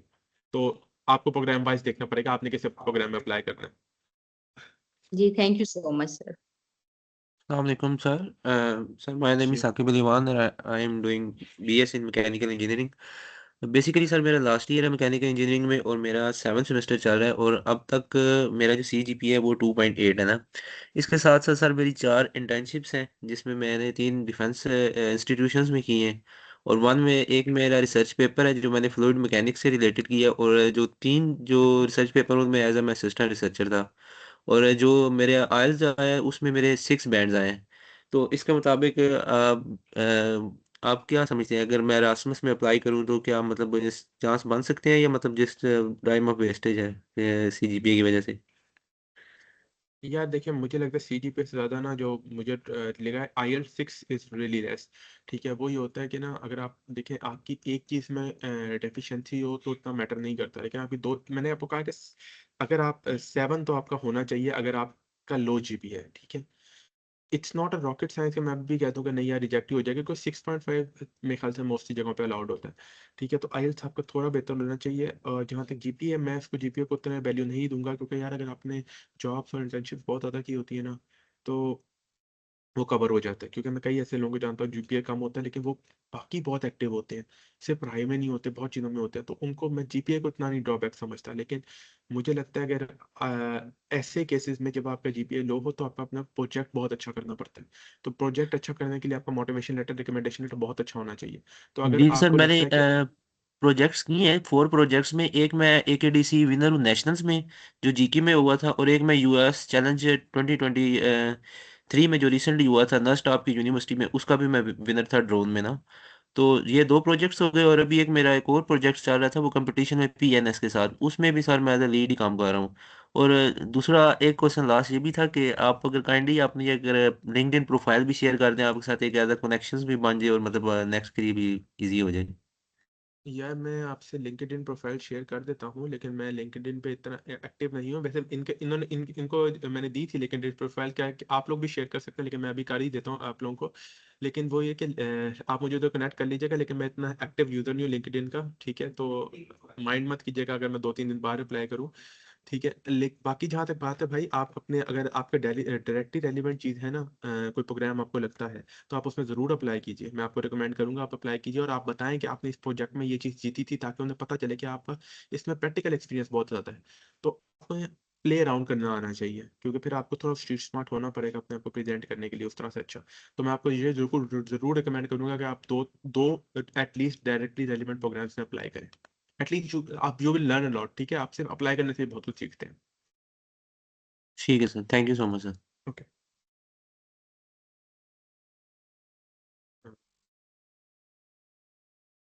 और कोई सवाल?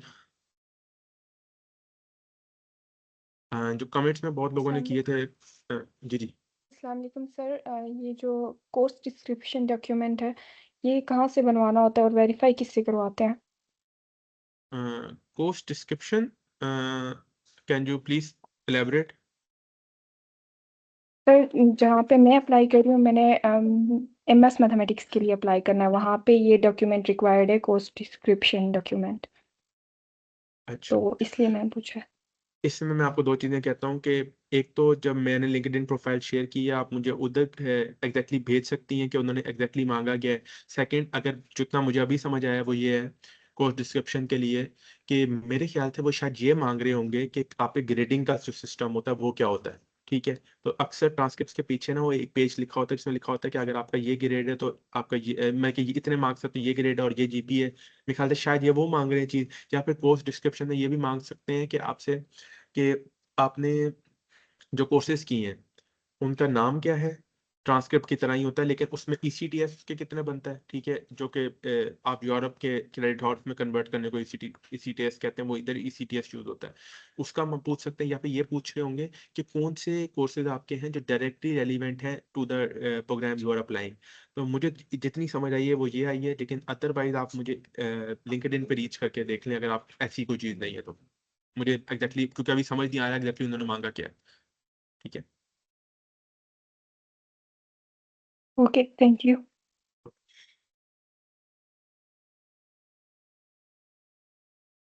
चैट में बहुत लोगों ने क्वेश्चंस किए थे तो मुझसे पूछने अगर उन्होंने दोबारा उन्हीं क्वेश्चंस को।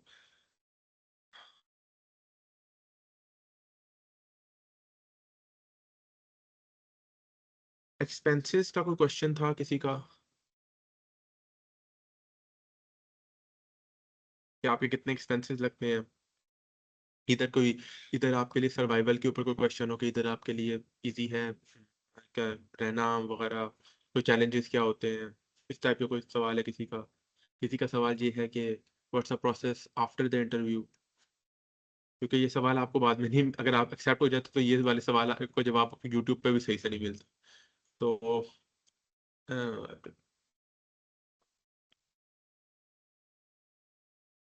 पीएचडी एरास्मस मंडे स्कॉलरशिप की तो नहीं होती है, क्वेश्चन आया हुआ था पीएचडी का। एंड वो पीएचडी, यार मैंने खुद अप्लाई नहीं किया वो पीएचडी पे, मैं बहुत बेसिक चीज़ बताऊंगा वो बताने का फायदा नहीं है यहाँ पे। तो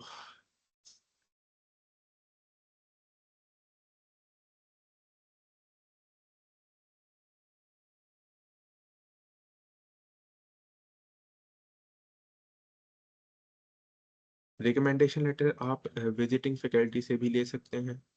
ठीक है, एक क्वेश्चन रिकमेंडेशन लेटर का आया हुआ है कि आप विजिटिंग फैकल्टी से भी अपना ले सकते हैं, बस आपने यूनिवर्सिटी के ना वो जो पेपर होता है ना उस पर आप लोग प्रिंट करवाएं, तो वो एक अच्छा इंप्रेशन जाता है। ठीक है, क्योंकि यूनिवर्सिटी की स्टैंप लगी होती है, यूनिवर्सिटी का ही पेपर होता है।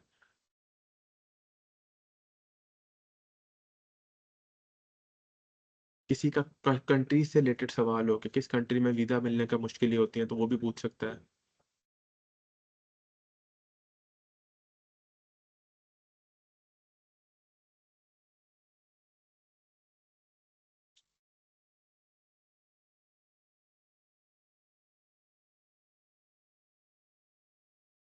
कोई क्वेश्चन नहीं किसी का?